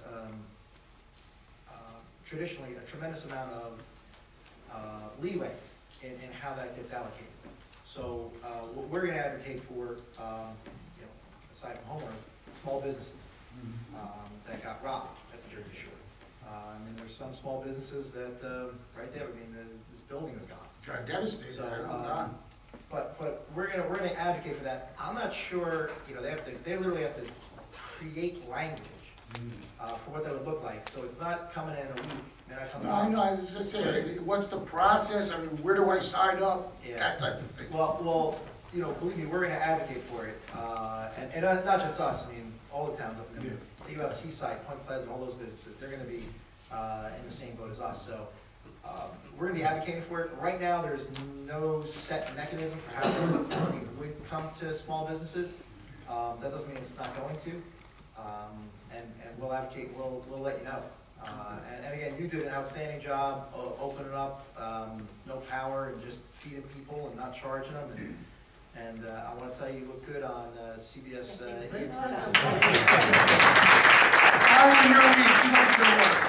Thank you, Cal. Jersey's strong. Jersey's strong. Yes, sir. Yes, sir. Charles Bull, 1501 Ocean Avenue. You know, I like the conversation tonight. These gentlemen, some of them did tell the truth, and I'm a man of the truth. Remember I said that the last time, what Jesus said, the truth will set you free. And also Proverbs chapter 6, God doesn't like liars. So, you know, one thing I don't like about politicians is that sometimes they don't tell the truth. They hold it back. And what he said about that sand sifting, that's a 600% increase. You're going like 1.4 million to 200,000, whatever it was. That's 600%. Somebody's lining their pockets with gold and silver. I don't like that. I mean, it just bothers me. I'd rather somebody, in the beginning, when I brought this question to you in the very beginning when we started talking about what's going to happen with the boardwalk, I said, who's the contractor that's going to do the work? Farrar. Well, I think you should have opened it up to bid. I don't care if you had to wait 20 days, 15 days. But just for the record, Farrar is not building the boardwalk.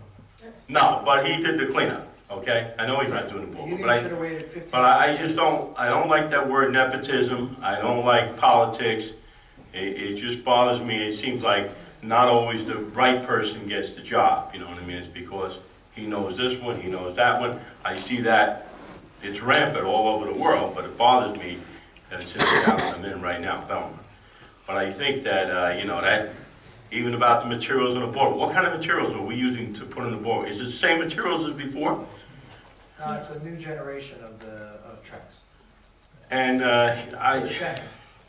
I mean, it just bothers. These gentlemen were right. They said the truth.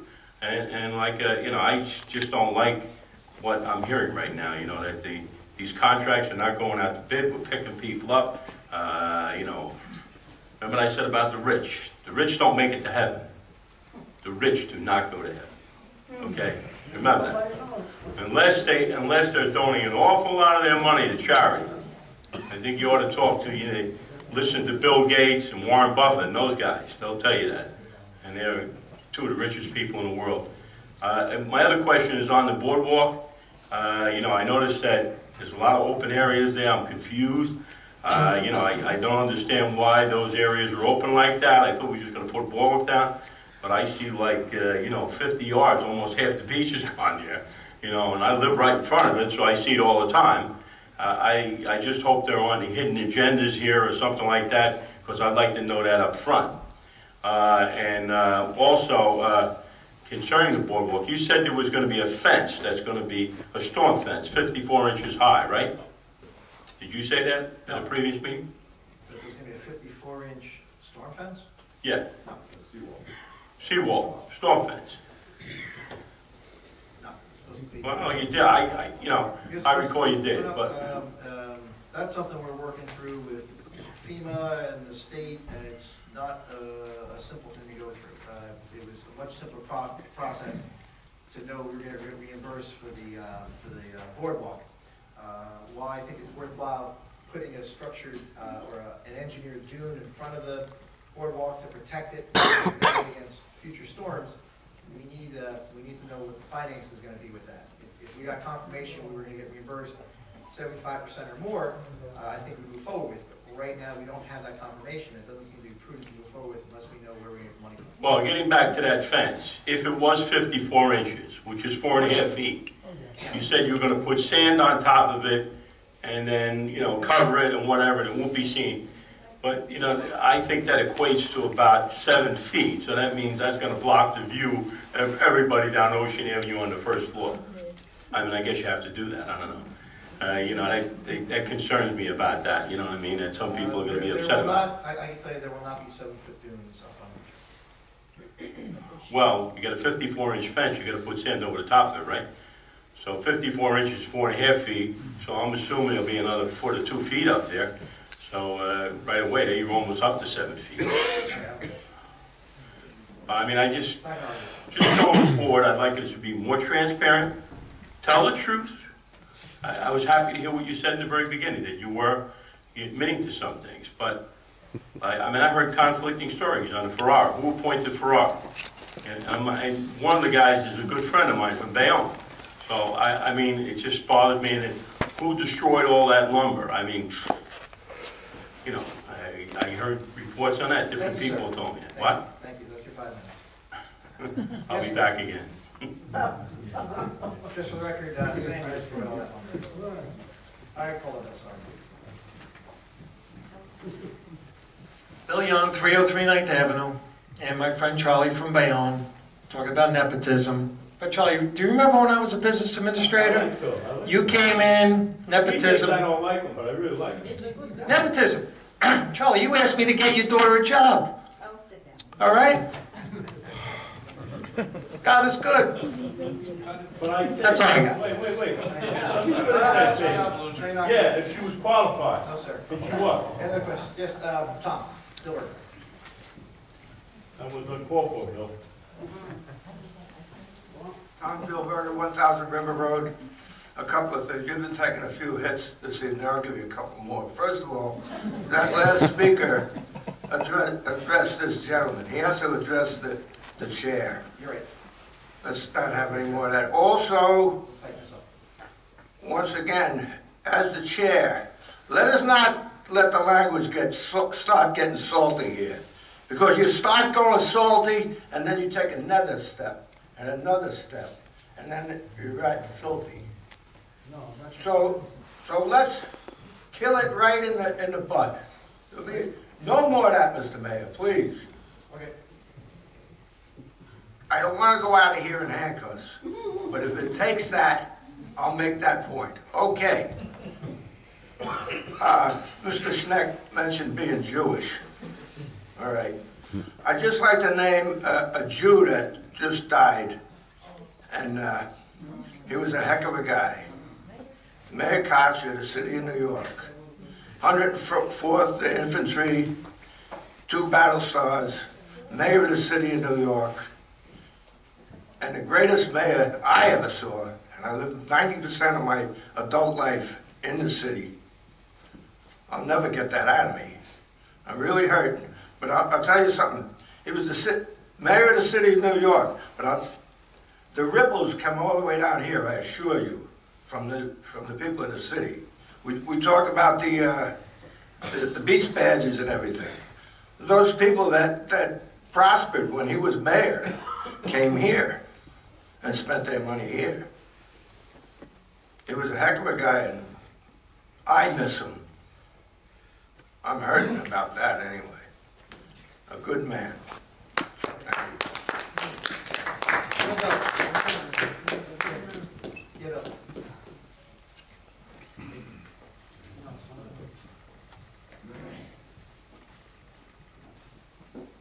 Bill McKim, 905 Ocean Avenue.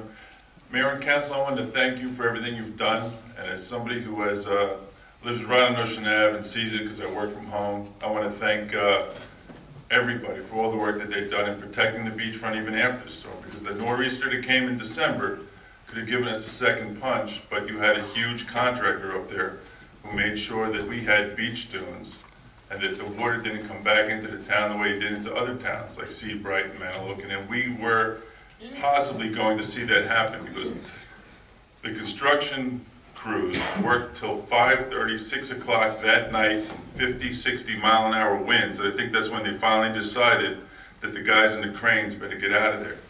And I think they did a fantastic job, and I've been very happy with everything that's been done. And I think your leadership has been great, and I really think the whole council's leadership. And it was a difficult situation to say a $20 million bond and not know if FEMA was going to pay us, but that gave us the opportunity to be the first to have everything done. And you've led the way, all of you, and I really do appreciate and very proud to be part of this town. Thank you.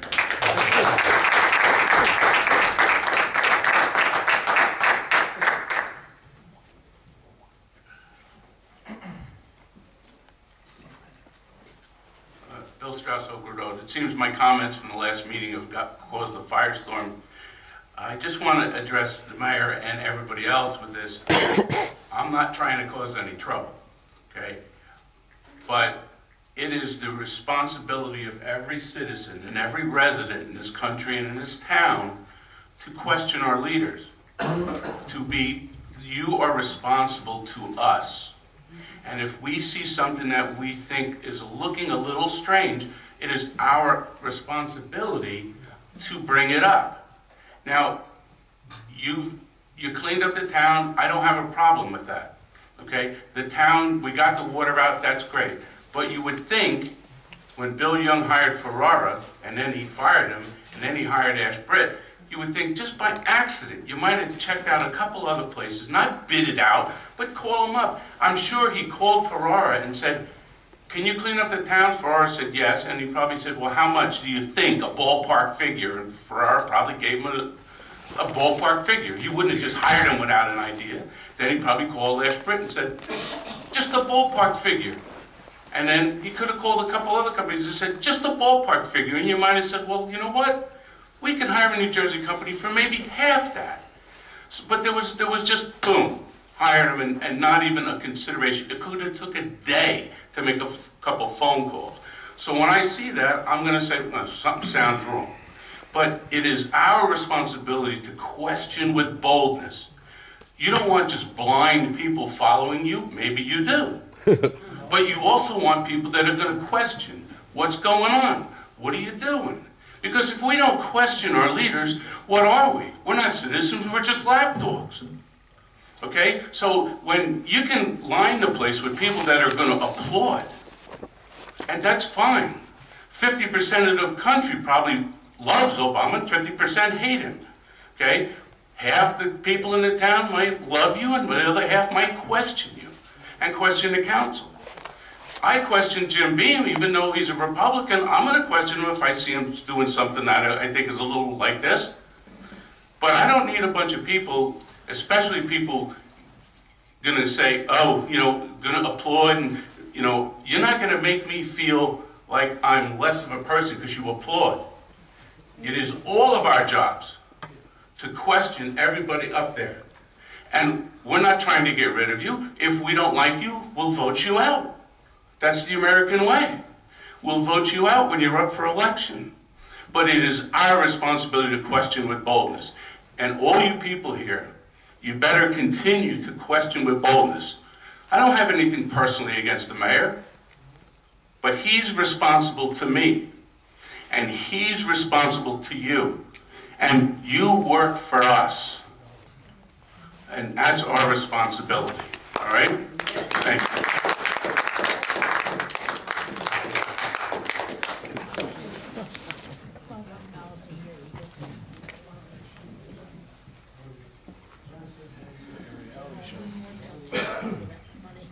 Mike Seebeck, 110 2nd Avenue, Mayor and Council. I just want to echo the sentiments of the last speaker in the sense that all critics are not trying to score political points. You know, we all have the right to be informed. Many of us are very desperate to get information and to get the information on which we can determine how our elected officials are functioning. And I think we're all entitled to that. I think it's really unfair that Jim Bean, a sitting councilman, has to open request documents. I think that's something fundamentally wrong. Claire Dyke, you may think I'm a negative person because I choose to come up here when I read the paper and I see things that are going on. This is in the Star Ledger, it's in the Patch, it's in the Asbury Park Press. I didn't create this controversy. I just am now aware of it. I'm seeing the numbers and I'm concerned.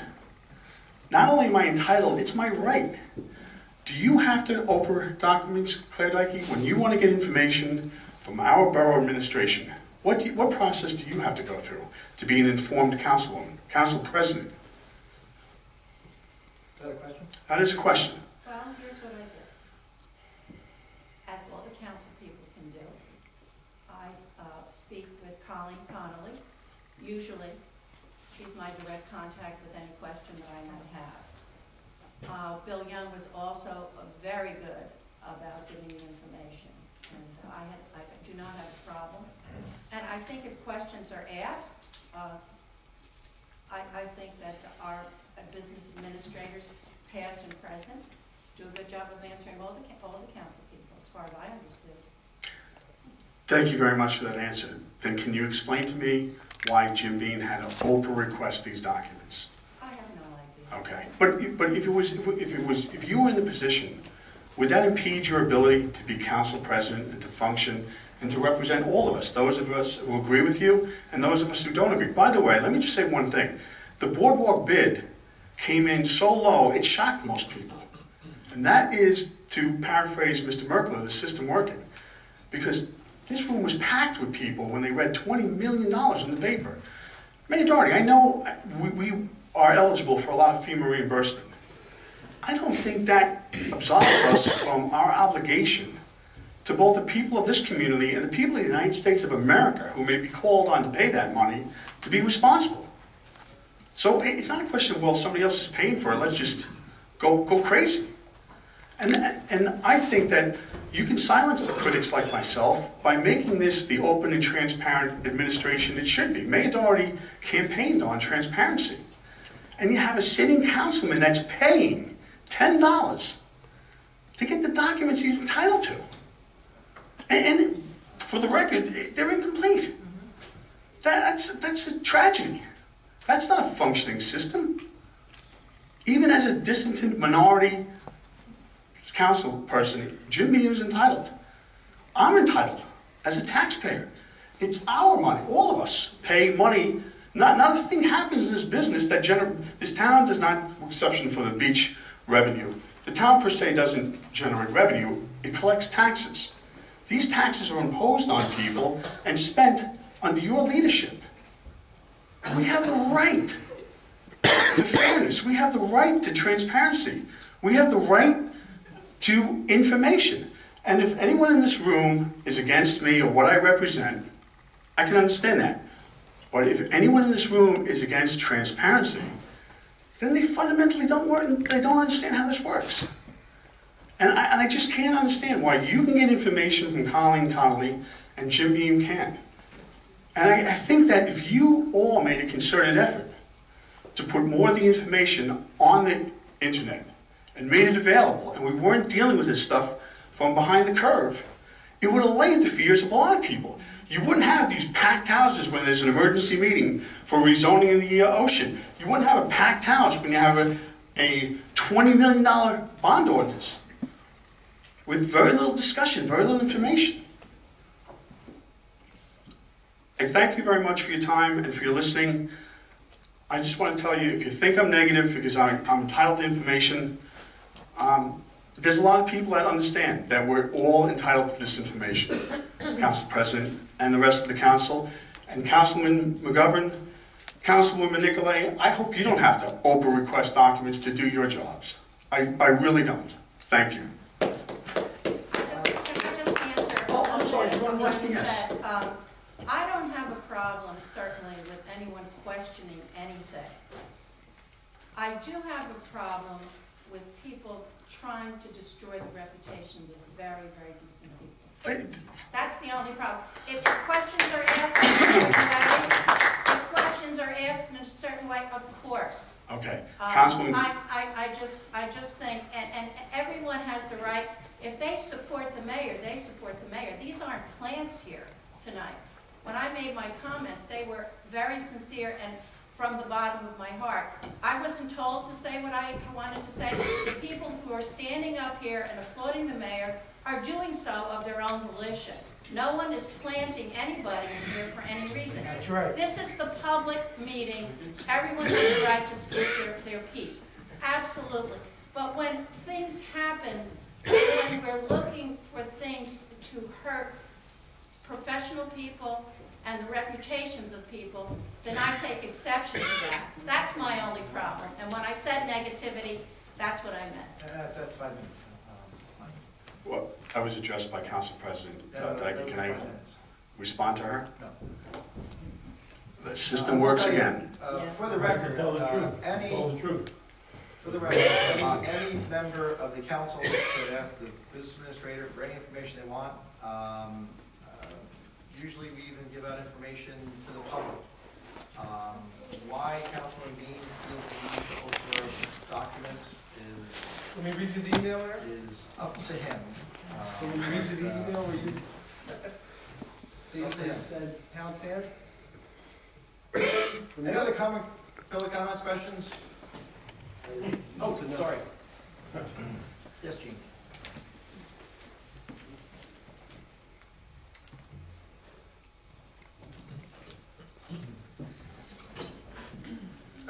Gene Kramer, 4th Avenue. I guess I have a question. This was the co-star, a notice that was placed last Thursday, January 31st, 2013. Borough of Belmar. The ordinance published herewith was introduced and passed upon first reading at a meeting of the Mayor and Council on January 30th, 2013. And it goes on that it'll be again considered on a meeting held February 9th, 2013.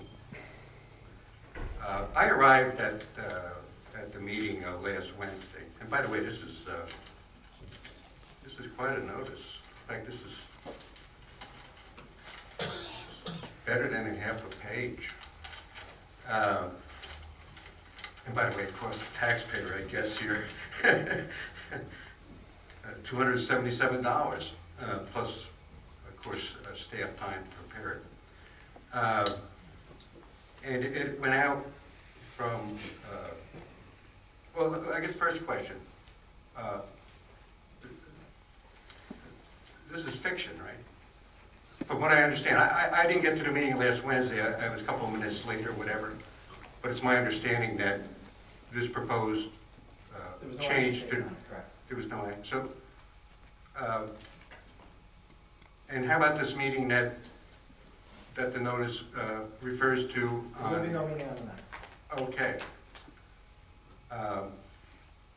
See, I guess I have a problem, and quite truthfully, most municipalities, and I've worked with many over the years, when you want information, I always went to the borough clerk. I wouldn't go to a business administrator. The official keeper of records within the borough, I believe, is the borough clerk. Am I right? Yeah, I mean, by statute, in theory, but in practice, sometimes people go to PA. Okay. Well, gee, I think this kind of, what happened here, is there any explanation that goes along with this? That go along with the advertisement? Absolutely. The actual words. This says that the matter was considered and voted on and approved. Correct, that did not occur. That's a fantasy, right? That's fiction. Right. That did not happen. Should have stopped. Excuse me one second. During public portion, we're going to allow the speaker to speak uninterrupted. Right, we held a meeting. The clerk had anticipated we were going to take action on it. We didn't take action on it. So the ad is inaccurate. Correct. The clerk anticipated that there would be action. Correct. Because you have to have a certain amount of notice. The law requires. So we were acting in compliance with law. Okay. Gee, I tell you what, I would much prefer a clerk dealing with reality and actually communicating facts, okay? She does deal with reality, excuse me a second, Mayor. She doesn't have a crystal ball, does she? No. She can't pick the numbers in the lottery, can she? Then why are we publishing something in the newspaper? This undermines the credibility of the borough clerk when I see things like this. She's also responsible for preparing minutes of meetings, isn't she? How do we tell what's fiction and how do we know what's the truth? I have in my hand here a half a page of fiction. This never happened. And actually it says a lot more than that, I think. I think what it says is, no matter what any of us could have said at the meeting on January 30th, the mayor and council didn't care about it. It was already at the printers.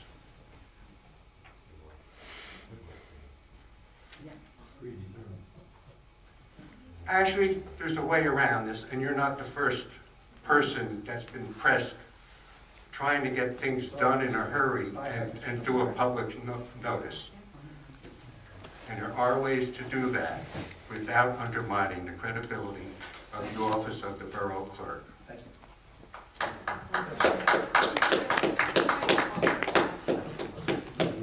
Yes. Hi, Vicki Renner, South Avenue. I swore I wouldn't get up here tonight, but I think what everybody's trying to come across to me from not coming to these meetings for the last 5 years is 5 years ago, it came up about transparency, running for election, all these different things everybody wanted. And I see comments being made that, you know, these things are being filmed, we don't know where they end up. Why don't we just agree tonight to, if they're willing to film them, or someone, we had asked for the court, I guess, to film them, or someone from the town. And I think it cost money back then when we discussed it. But if someone is willing to film our meetings, whether they're these or planning board, whatever they are, and put them on the Belmar website so that the people who can't make it to a meeting can actually review them and look at them if they couldn't make it here. And I think by doing that, it would also put a little bit more respect for everyone sitting up here as far as being kinder to the people who get up, and the people here who have to give their name and speak would also be responsible for what they say and how everyone reacts. I think it would be on both sides a good thing. And as far as this Oprah thing, I have no idea what that was about with Jim Beam. But again, maybe tonight, I think when when people present a problem, I think the best action is to, when people come up to you guys and say we have a problem, there should be a solution at the end of each question, and instead of ranting about I feel this or I feel that, that takes up our 5 minutes. And then there really isn't a response that if you come here next week, you will be asking the same question. So I guess what I'm trying to say is tonight I'm asking if we can all agree in this room tonight to possibly record the meetings, put them on a website so people, like I said, that can't be here maybe could see them. And as far as this Oprah thing and not giving him the information, Claire was, was saying, she gets it, this one gets it, who knows who gets it. But you're 5 people sitting up there. Can you all agree that any information that is given to one will be given to all to make it fair? And can it be agreed that if we can film something, or if someone's willing to do it for you, to put it on our website, to make it, for people who can't make it to a meeting, to see our public meetings? I don't think that's a big deal. I think we'd all be a lot nicer to each other in the end. Do you think we could do that? Yes, sir. I have no problem with that.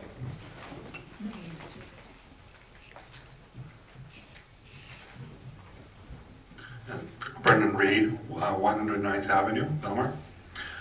Mr. Mayor, Council, I cut my IT in my career as a journalist. I've covered government affairs, construction, disaster planning and recovery, building codes and standards. In my life, I've worked in public relations. I've also sat on government committees, I've sat on municipal committees, stakeholders committees. And in my opinion, this council, this borough, this community has done an amazing and a fair job and a proper job in recovering from the worst disaster, one of the worst disasters this country, this continent has ever seen. Thank you. Before we do have another speaker, I just want to embarrass one person. George Komatas is in the back. Let's give George a round.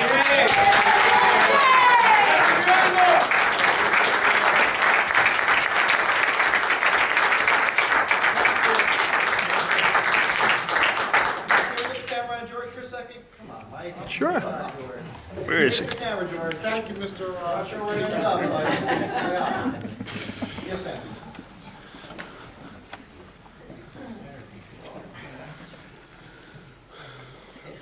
Pat 1, 18th Avenue, and to quote Monty Python now for something completely different. We're still kind of wide open down at our end of town with Lake Como. Is there any way, I know we talked about it a little bit last week, we're still scared.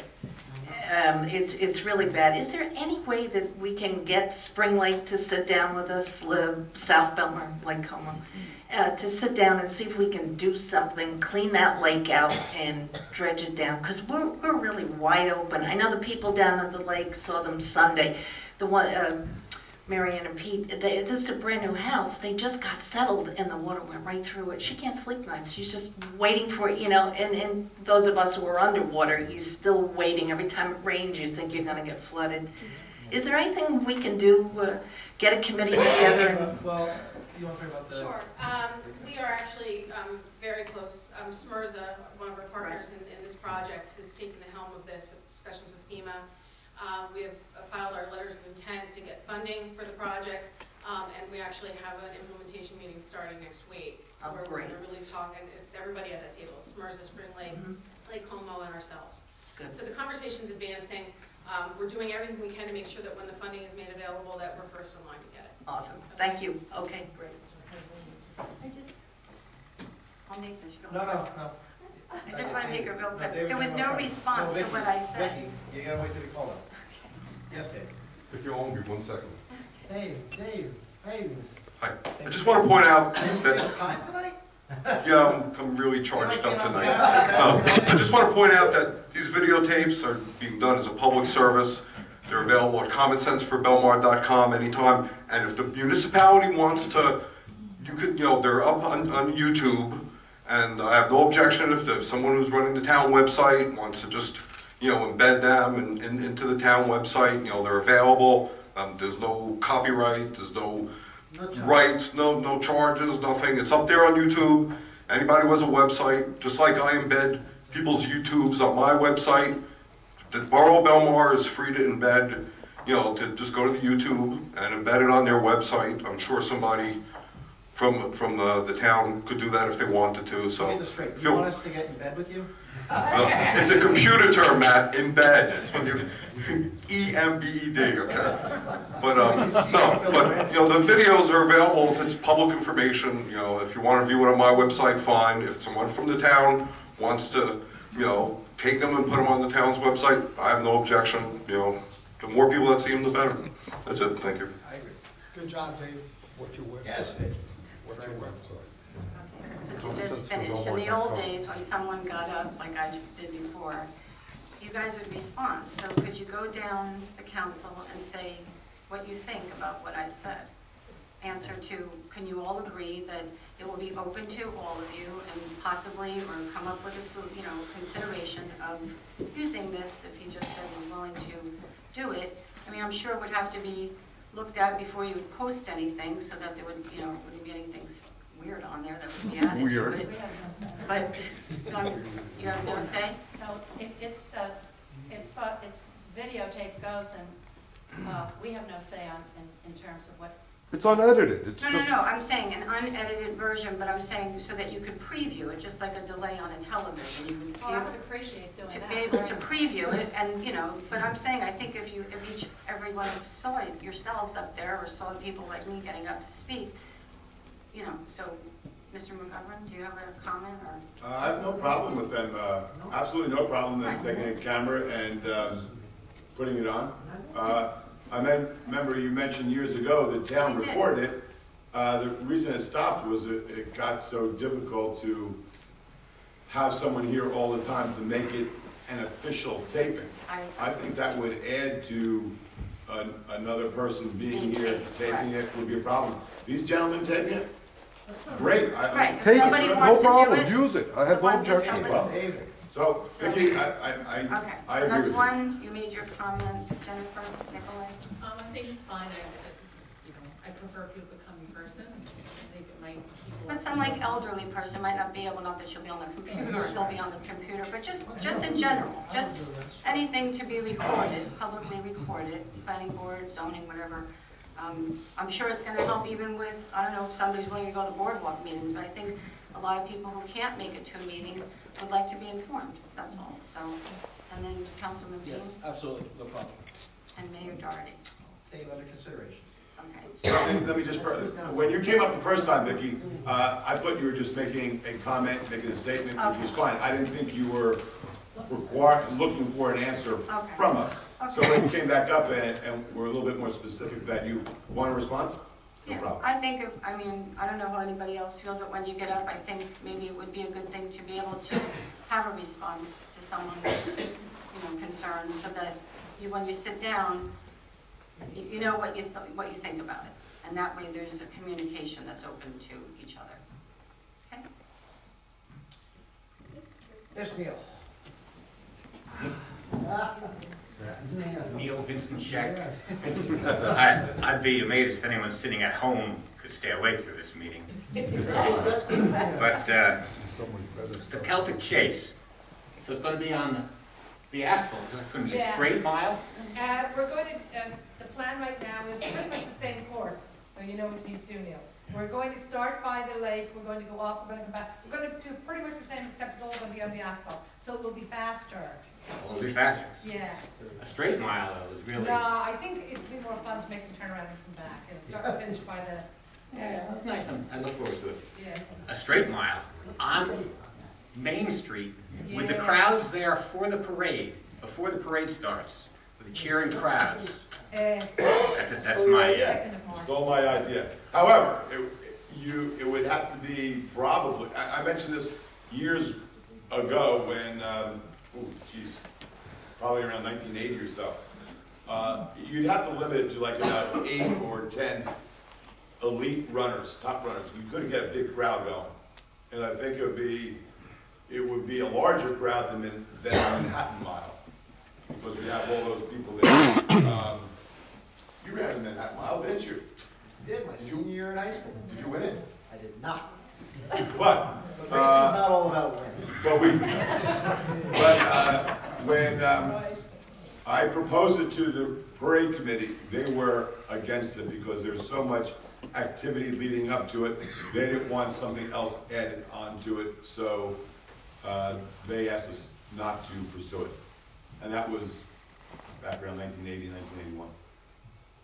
Okay, also something to consider. Buy a board. The only thing I've heard the mayor say I disagreed with tonight was there's got to be a cutoff date for buy a board. Why, when people come to the boardwalk next summer and they see the names on the board, they're going to say, I want my name on there, on the boardwalk, right?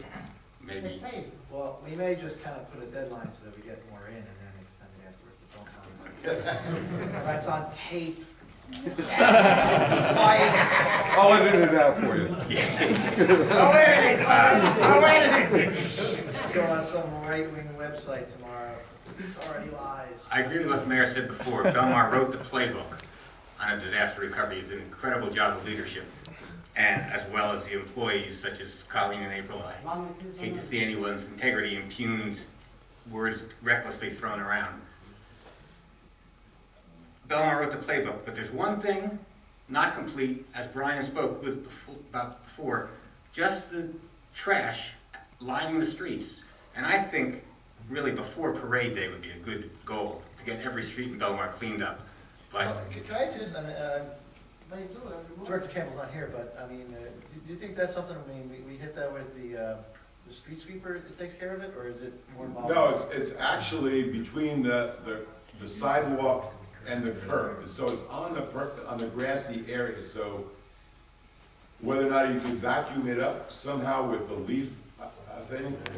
So it's not in the gutter. It's not in the gutter. Well, some of the nails, with a rainy day or windy day, does get blown into the street. That's how I think the people have gotten the flat tires on their bicycles. But it's the people that walk their dogs on a leash and everything. And I always walk my dog on a leash. I'm not supposed to. The dogs are getting their feet cut on the sharp grass. Come the summertime, when we have kids down here walking to the beach in bare feet, Gotcha. Yeah, then it's maybe, going to be even a bigger problem. For Jennifer's Army. I would check with Mike Campbell though about the leaf sucker upper. We've tried, and it, Well, it's probably frozen right now, so you probably need someone to actually rake it and then actually mechanically Rake pick it it up. into the curb or into the gutter. Something like that, or sweep it. We will work on that. Okay, got one more thing. The council members did most of the speaking during those 5 minutes. There was an article in the Coast Star, help is available to raise a home. It spoke about the National Flood Insurance Program increased cost of compliance coverage, talking about when people have to raise their homes up higher, there's money available to help them pay for that. Now, as I spoke about last time, it's terrible to see the town get less accessible to people in wheelchairs and the like, and we should be moving in the other direction of greater accessibility. And I suggested, what can we do? Well, perhaps an exception from the lot coverage restrictions for elevators, for instance. We'll definitely, yeah. Now, here's another one from this article. Hale, I'm sorry. I'm sorry. Sit down. About 10 minutes.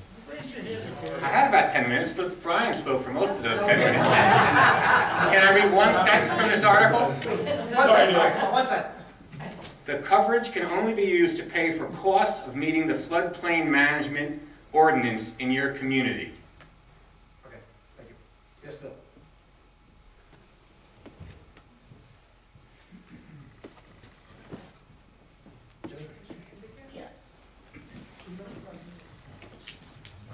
Thank you, Mayor. I just wanted to touch on the garbage issue. You know, we used to have, because I just remembered when the gentleman was speaking, you know, there used to be the garbage cans up by the boardwalk. When there was a boardwalk, there was garbage cans there. And now there's no garbage cans there. And just me personally, all the residents that live in the apartment buildings and everything, they're throwing all their garbage in my dumpsters, and I'm paying for that. So I was wondering if we could put some garbage cans out there, maybe on the west side. Make it pay. Yeah, well, I'm not gonna chase these people down. They're loading up like 3 times already. I haven't even been open, and I've been paying for the You know, and now I duct taped the lid shut, I put my tables on top of it, so maybe that'll, huh? Well, I'm responsible for my garbage. We'll talk to Mr. Campbell. Okay, yeah, thank you very much. Steve, did you have your hand up or not? Yes.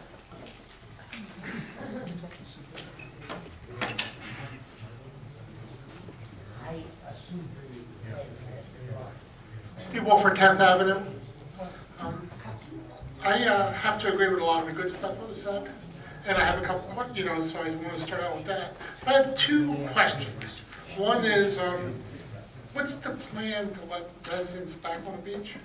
You know, I haven't heard. I'm going to ask the second question before my 5 minutes is up. And the second one was, there was the Army Corps estimate of $19 million. Is that number right? For the boardwalk, and I think there was something about a bond ordinance authorized for that, and then we got a bid that was a third of that. So is the rest of that money being spent? That's my question. Two great questions. First, right now, Ocean Avenue is a construction site from end to end. We anticipate keeping it closed until the end of April. That's their set completion date. Again, they are ahead of schedule.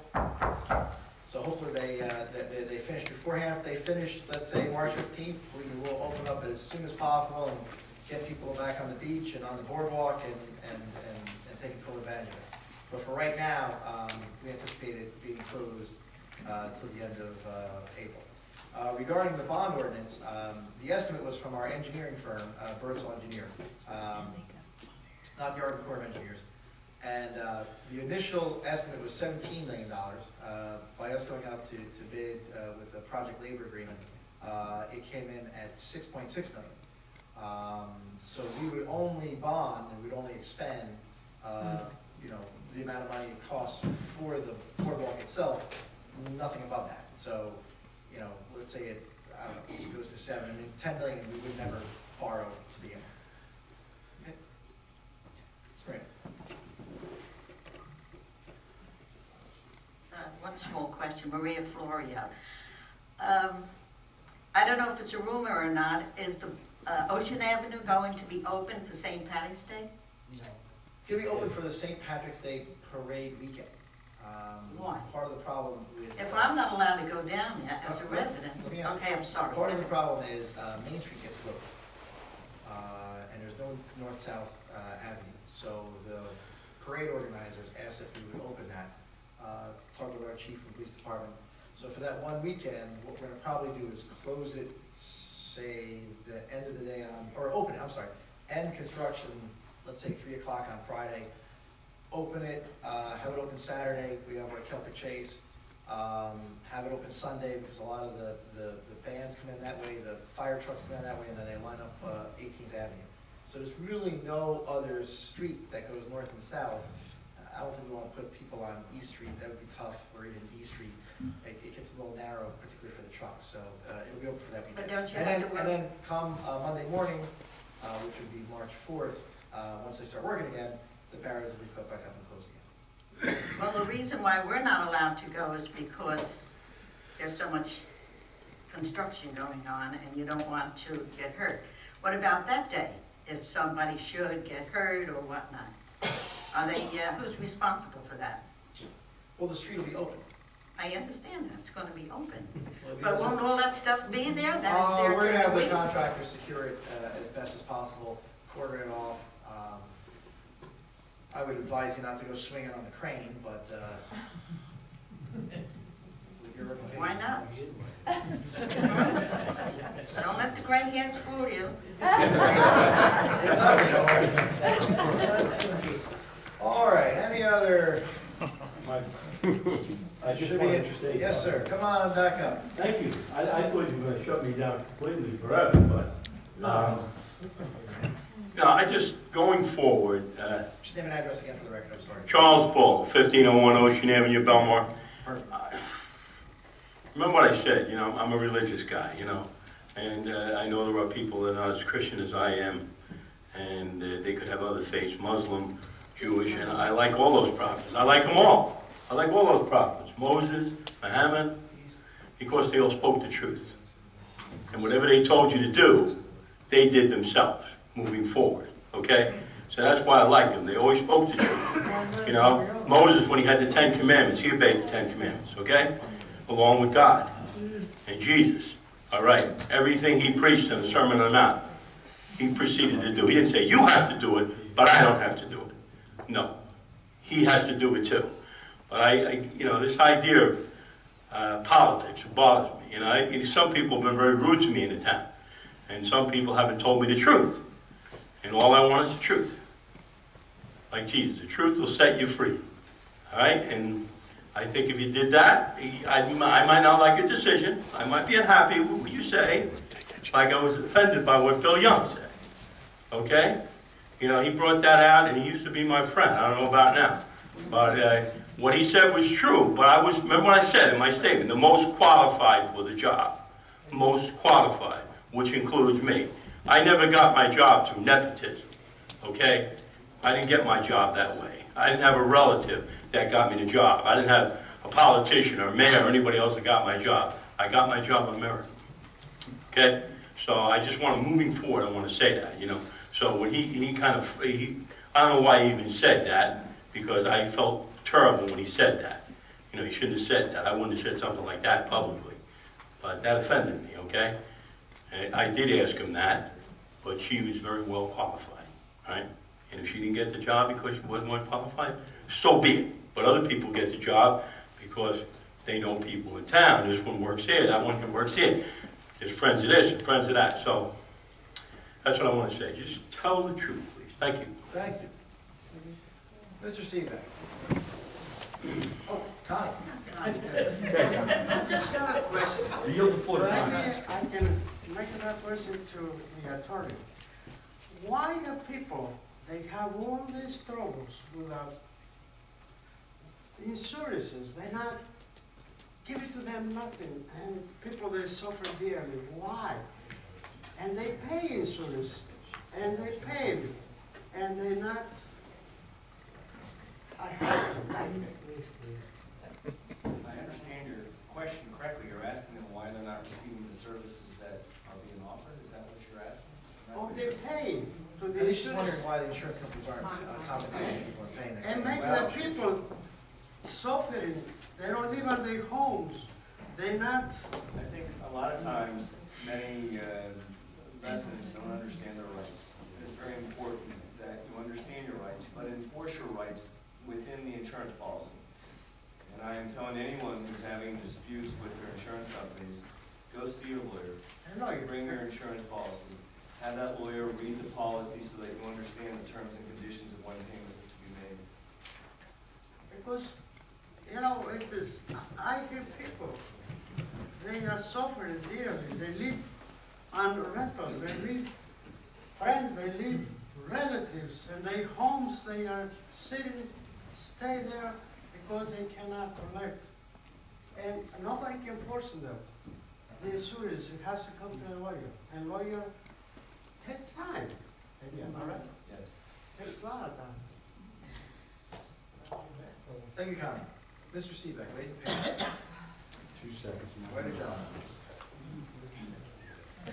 Mike Seabeck, 110 Second Avenue. Again, good evening and thank you, Council President Dyke. Thanks for responding to what I said before. When it comes to political questioning, which comes across critically, it's not personal. I didn't write any of the articles in any of these papers that caused some of my questions to be raised, and some of the documents I've read to cause even more questions to be raised. In fact, I was at a council meeting where I was personally questioned in terms of what I do, and I'm technically not a public person, but because I come up to council meetings and I do question people, I always have a quasi-public persona, so I can be. You got a public persona. You think so? I think so. Okay.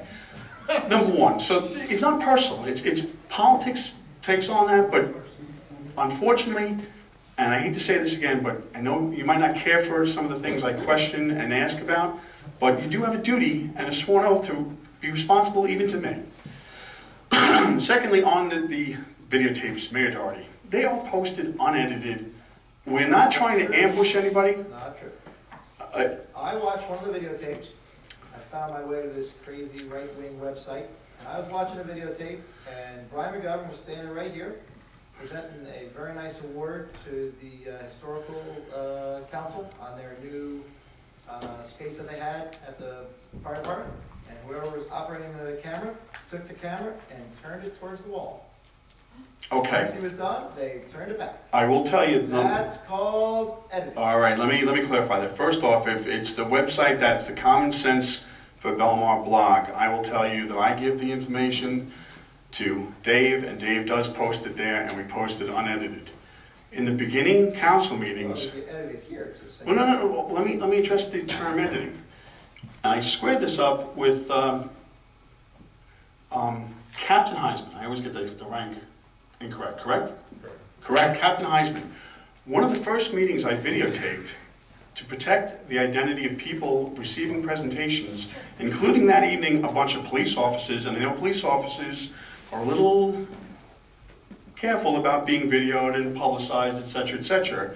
I personally went to him, told him I did not videotape the presentation of the police officers, would not be posting it, and then if he had any issues, he can take it up with me, and I would gladly share my information with him. So if that were the case and it was involving a presentation, that may have been inadvertent editing at the time to protect anybody at the mic.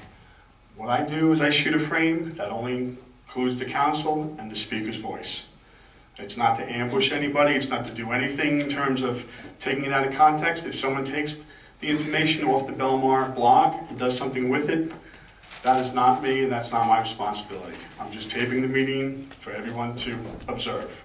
So if Captain Heisman will remember that meeting and confirm what I discussed with him that evening, that was the course of action. So, Councilman McGovern, if I edited you out that evening, I do apologize in the presentation. It was inadvertent. I was not offended, but I thank you. Thank you all, and no more comments.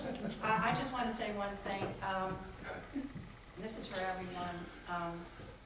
Of course, the council supports anyone coming forward with a concern. That's what our democracy is about. But I know that there's a freedom of speech, but to dig very deep to impugn the integrity of people, someone went out of their way to release that story to the Star-Ledger just to defile very decent people. And I just have a problem with that. Yes, absolutely. I enjoy the public session. I learn from it.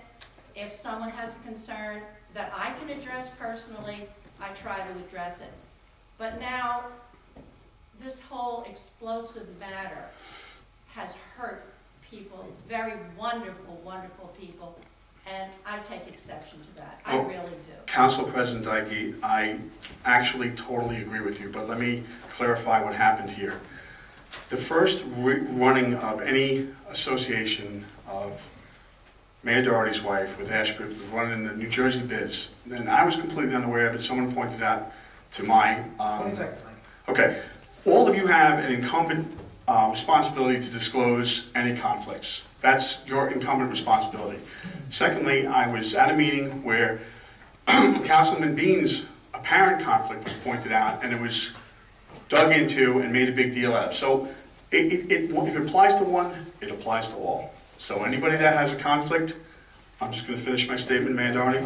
If anybody has a conflict, I suggest they be very open and transparent with it, and then nobody's going to have to dig for this information, and it's not going to be reported in papers, and maybe it won't hurt people. Thank you, Mr. Thank you. On that note, all right, everyone wants to be on camera. No, I don't want to be in the camera. Are you trying to say that we did that to impugn integrity of anybody here? I don't know who did. Are you saying that? I don't know what you're referring to. Well, me and Teddy Eamon were the ones who brought up those two points about Ashbred and about the mayor's wife. Are you saying that we did that on purpose to destroy his integrity? Are you accusing us? I didn't even know you were involved in it. You know, we were the two that got up last time. I don't recall that, sir. Well, I just want to know, were you accusing somebody here of doing that? No. On purpose? Integrity of the mayor? No. Well, you just said somebody did it on purpose. Excuse me, sir. Excuse me. You just said that. Well, you did. I said it and I meant it. So you think he and I did that on purpose to accuse the mayor his integrity? I don't know that you were involved. Wake up, you were at the meeting. I don't, Thank you, sir. sir. You just accused me of that. You just And I insulted remember her. it. Thank you for your comment. You just insulted You just us. insulted her. And you insulted me too. You deserve it. Hey man, you work for me. You are a public servant. This is not for anyone to come and get to the mic, please. Yes, Dave. It's not a right-wing website, it's a libertarian website. People should educate themselves about the difference. That's all, thank you. All right, well, that was a fun, lovely evening. Comments, questions? We'll say, make a motion to adjourn. All right.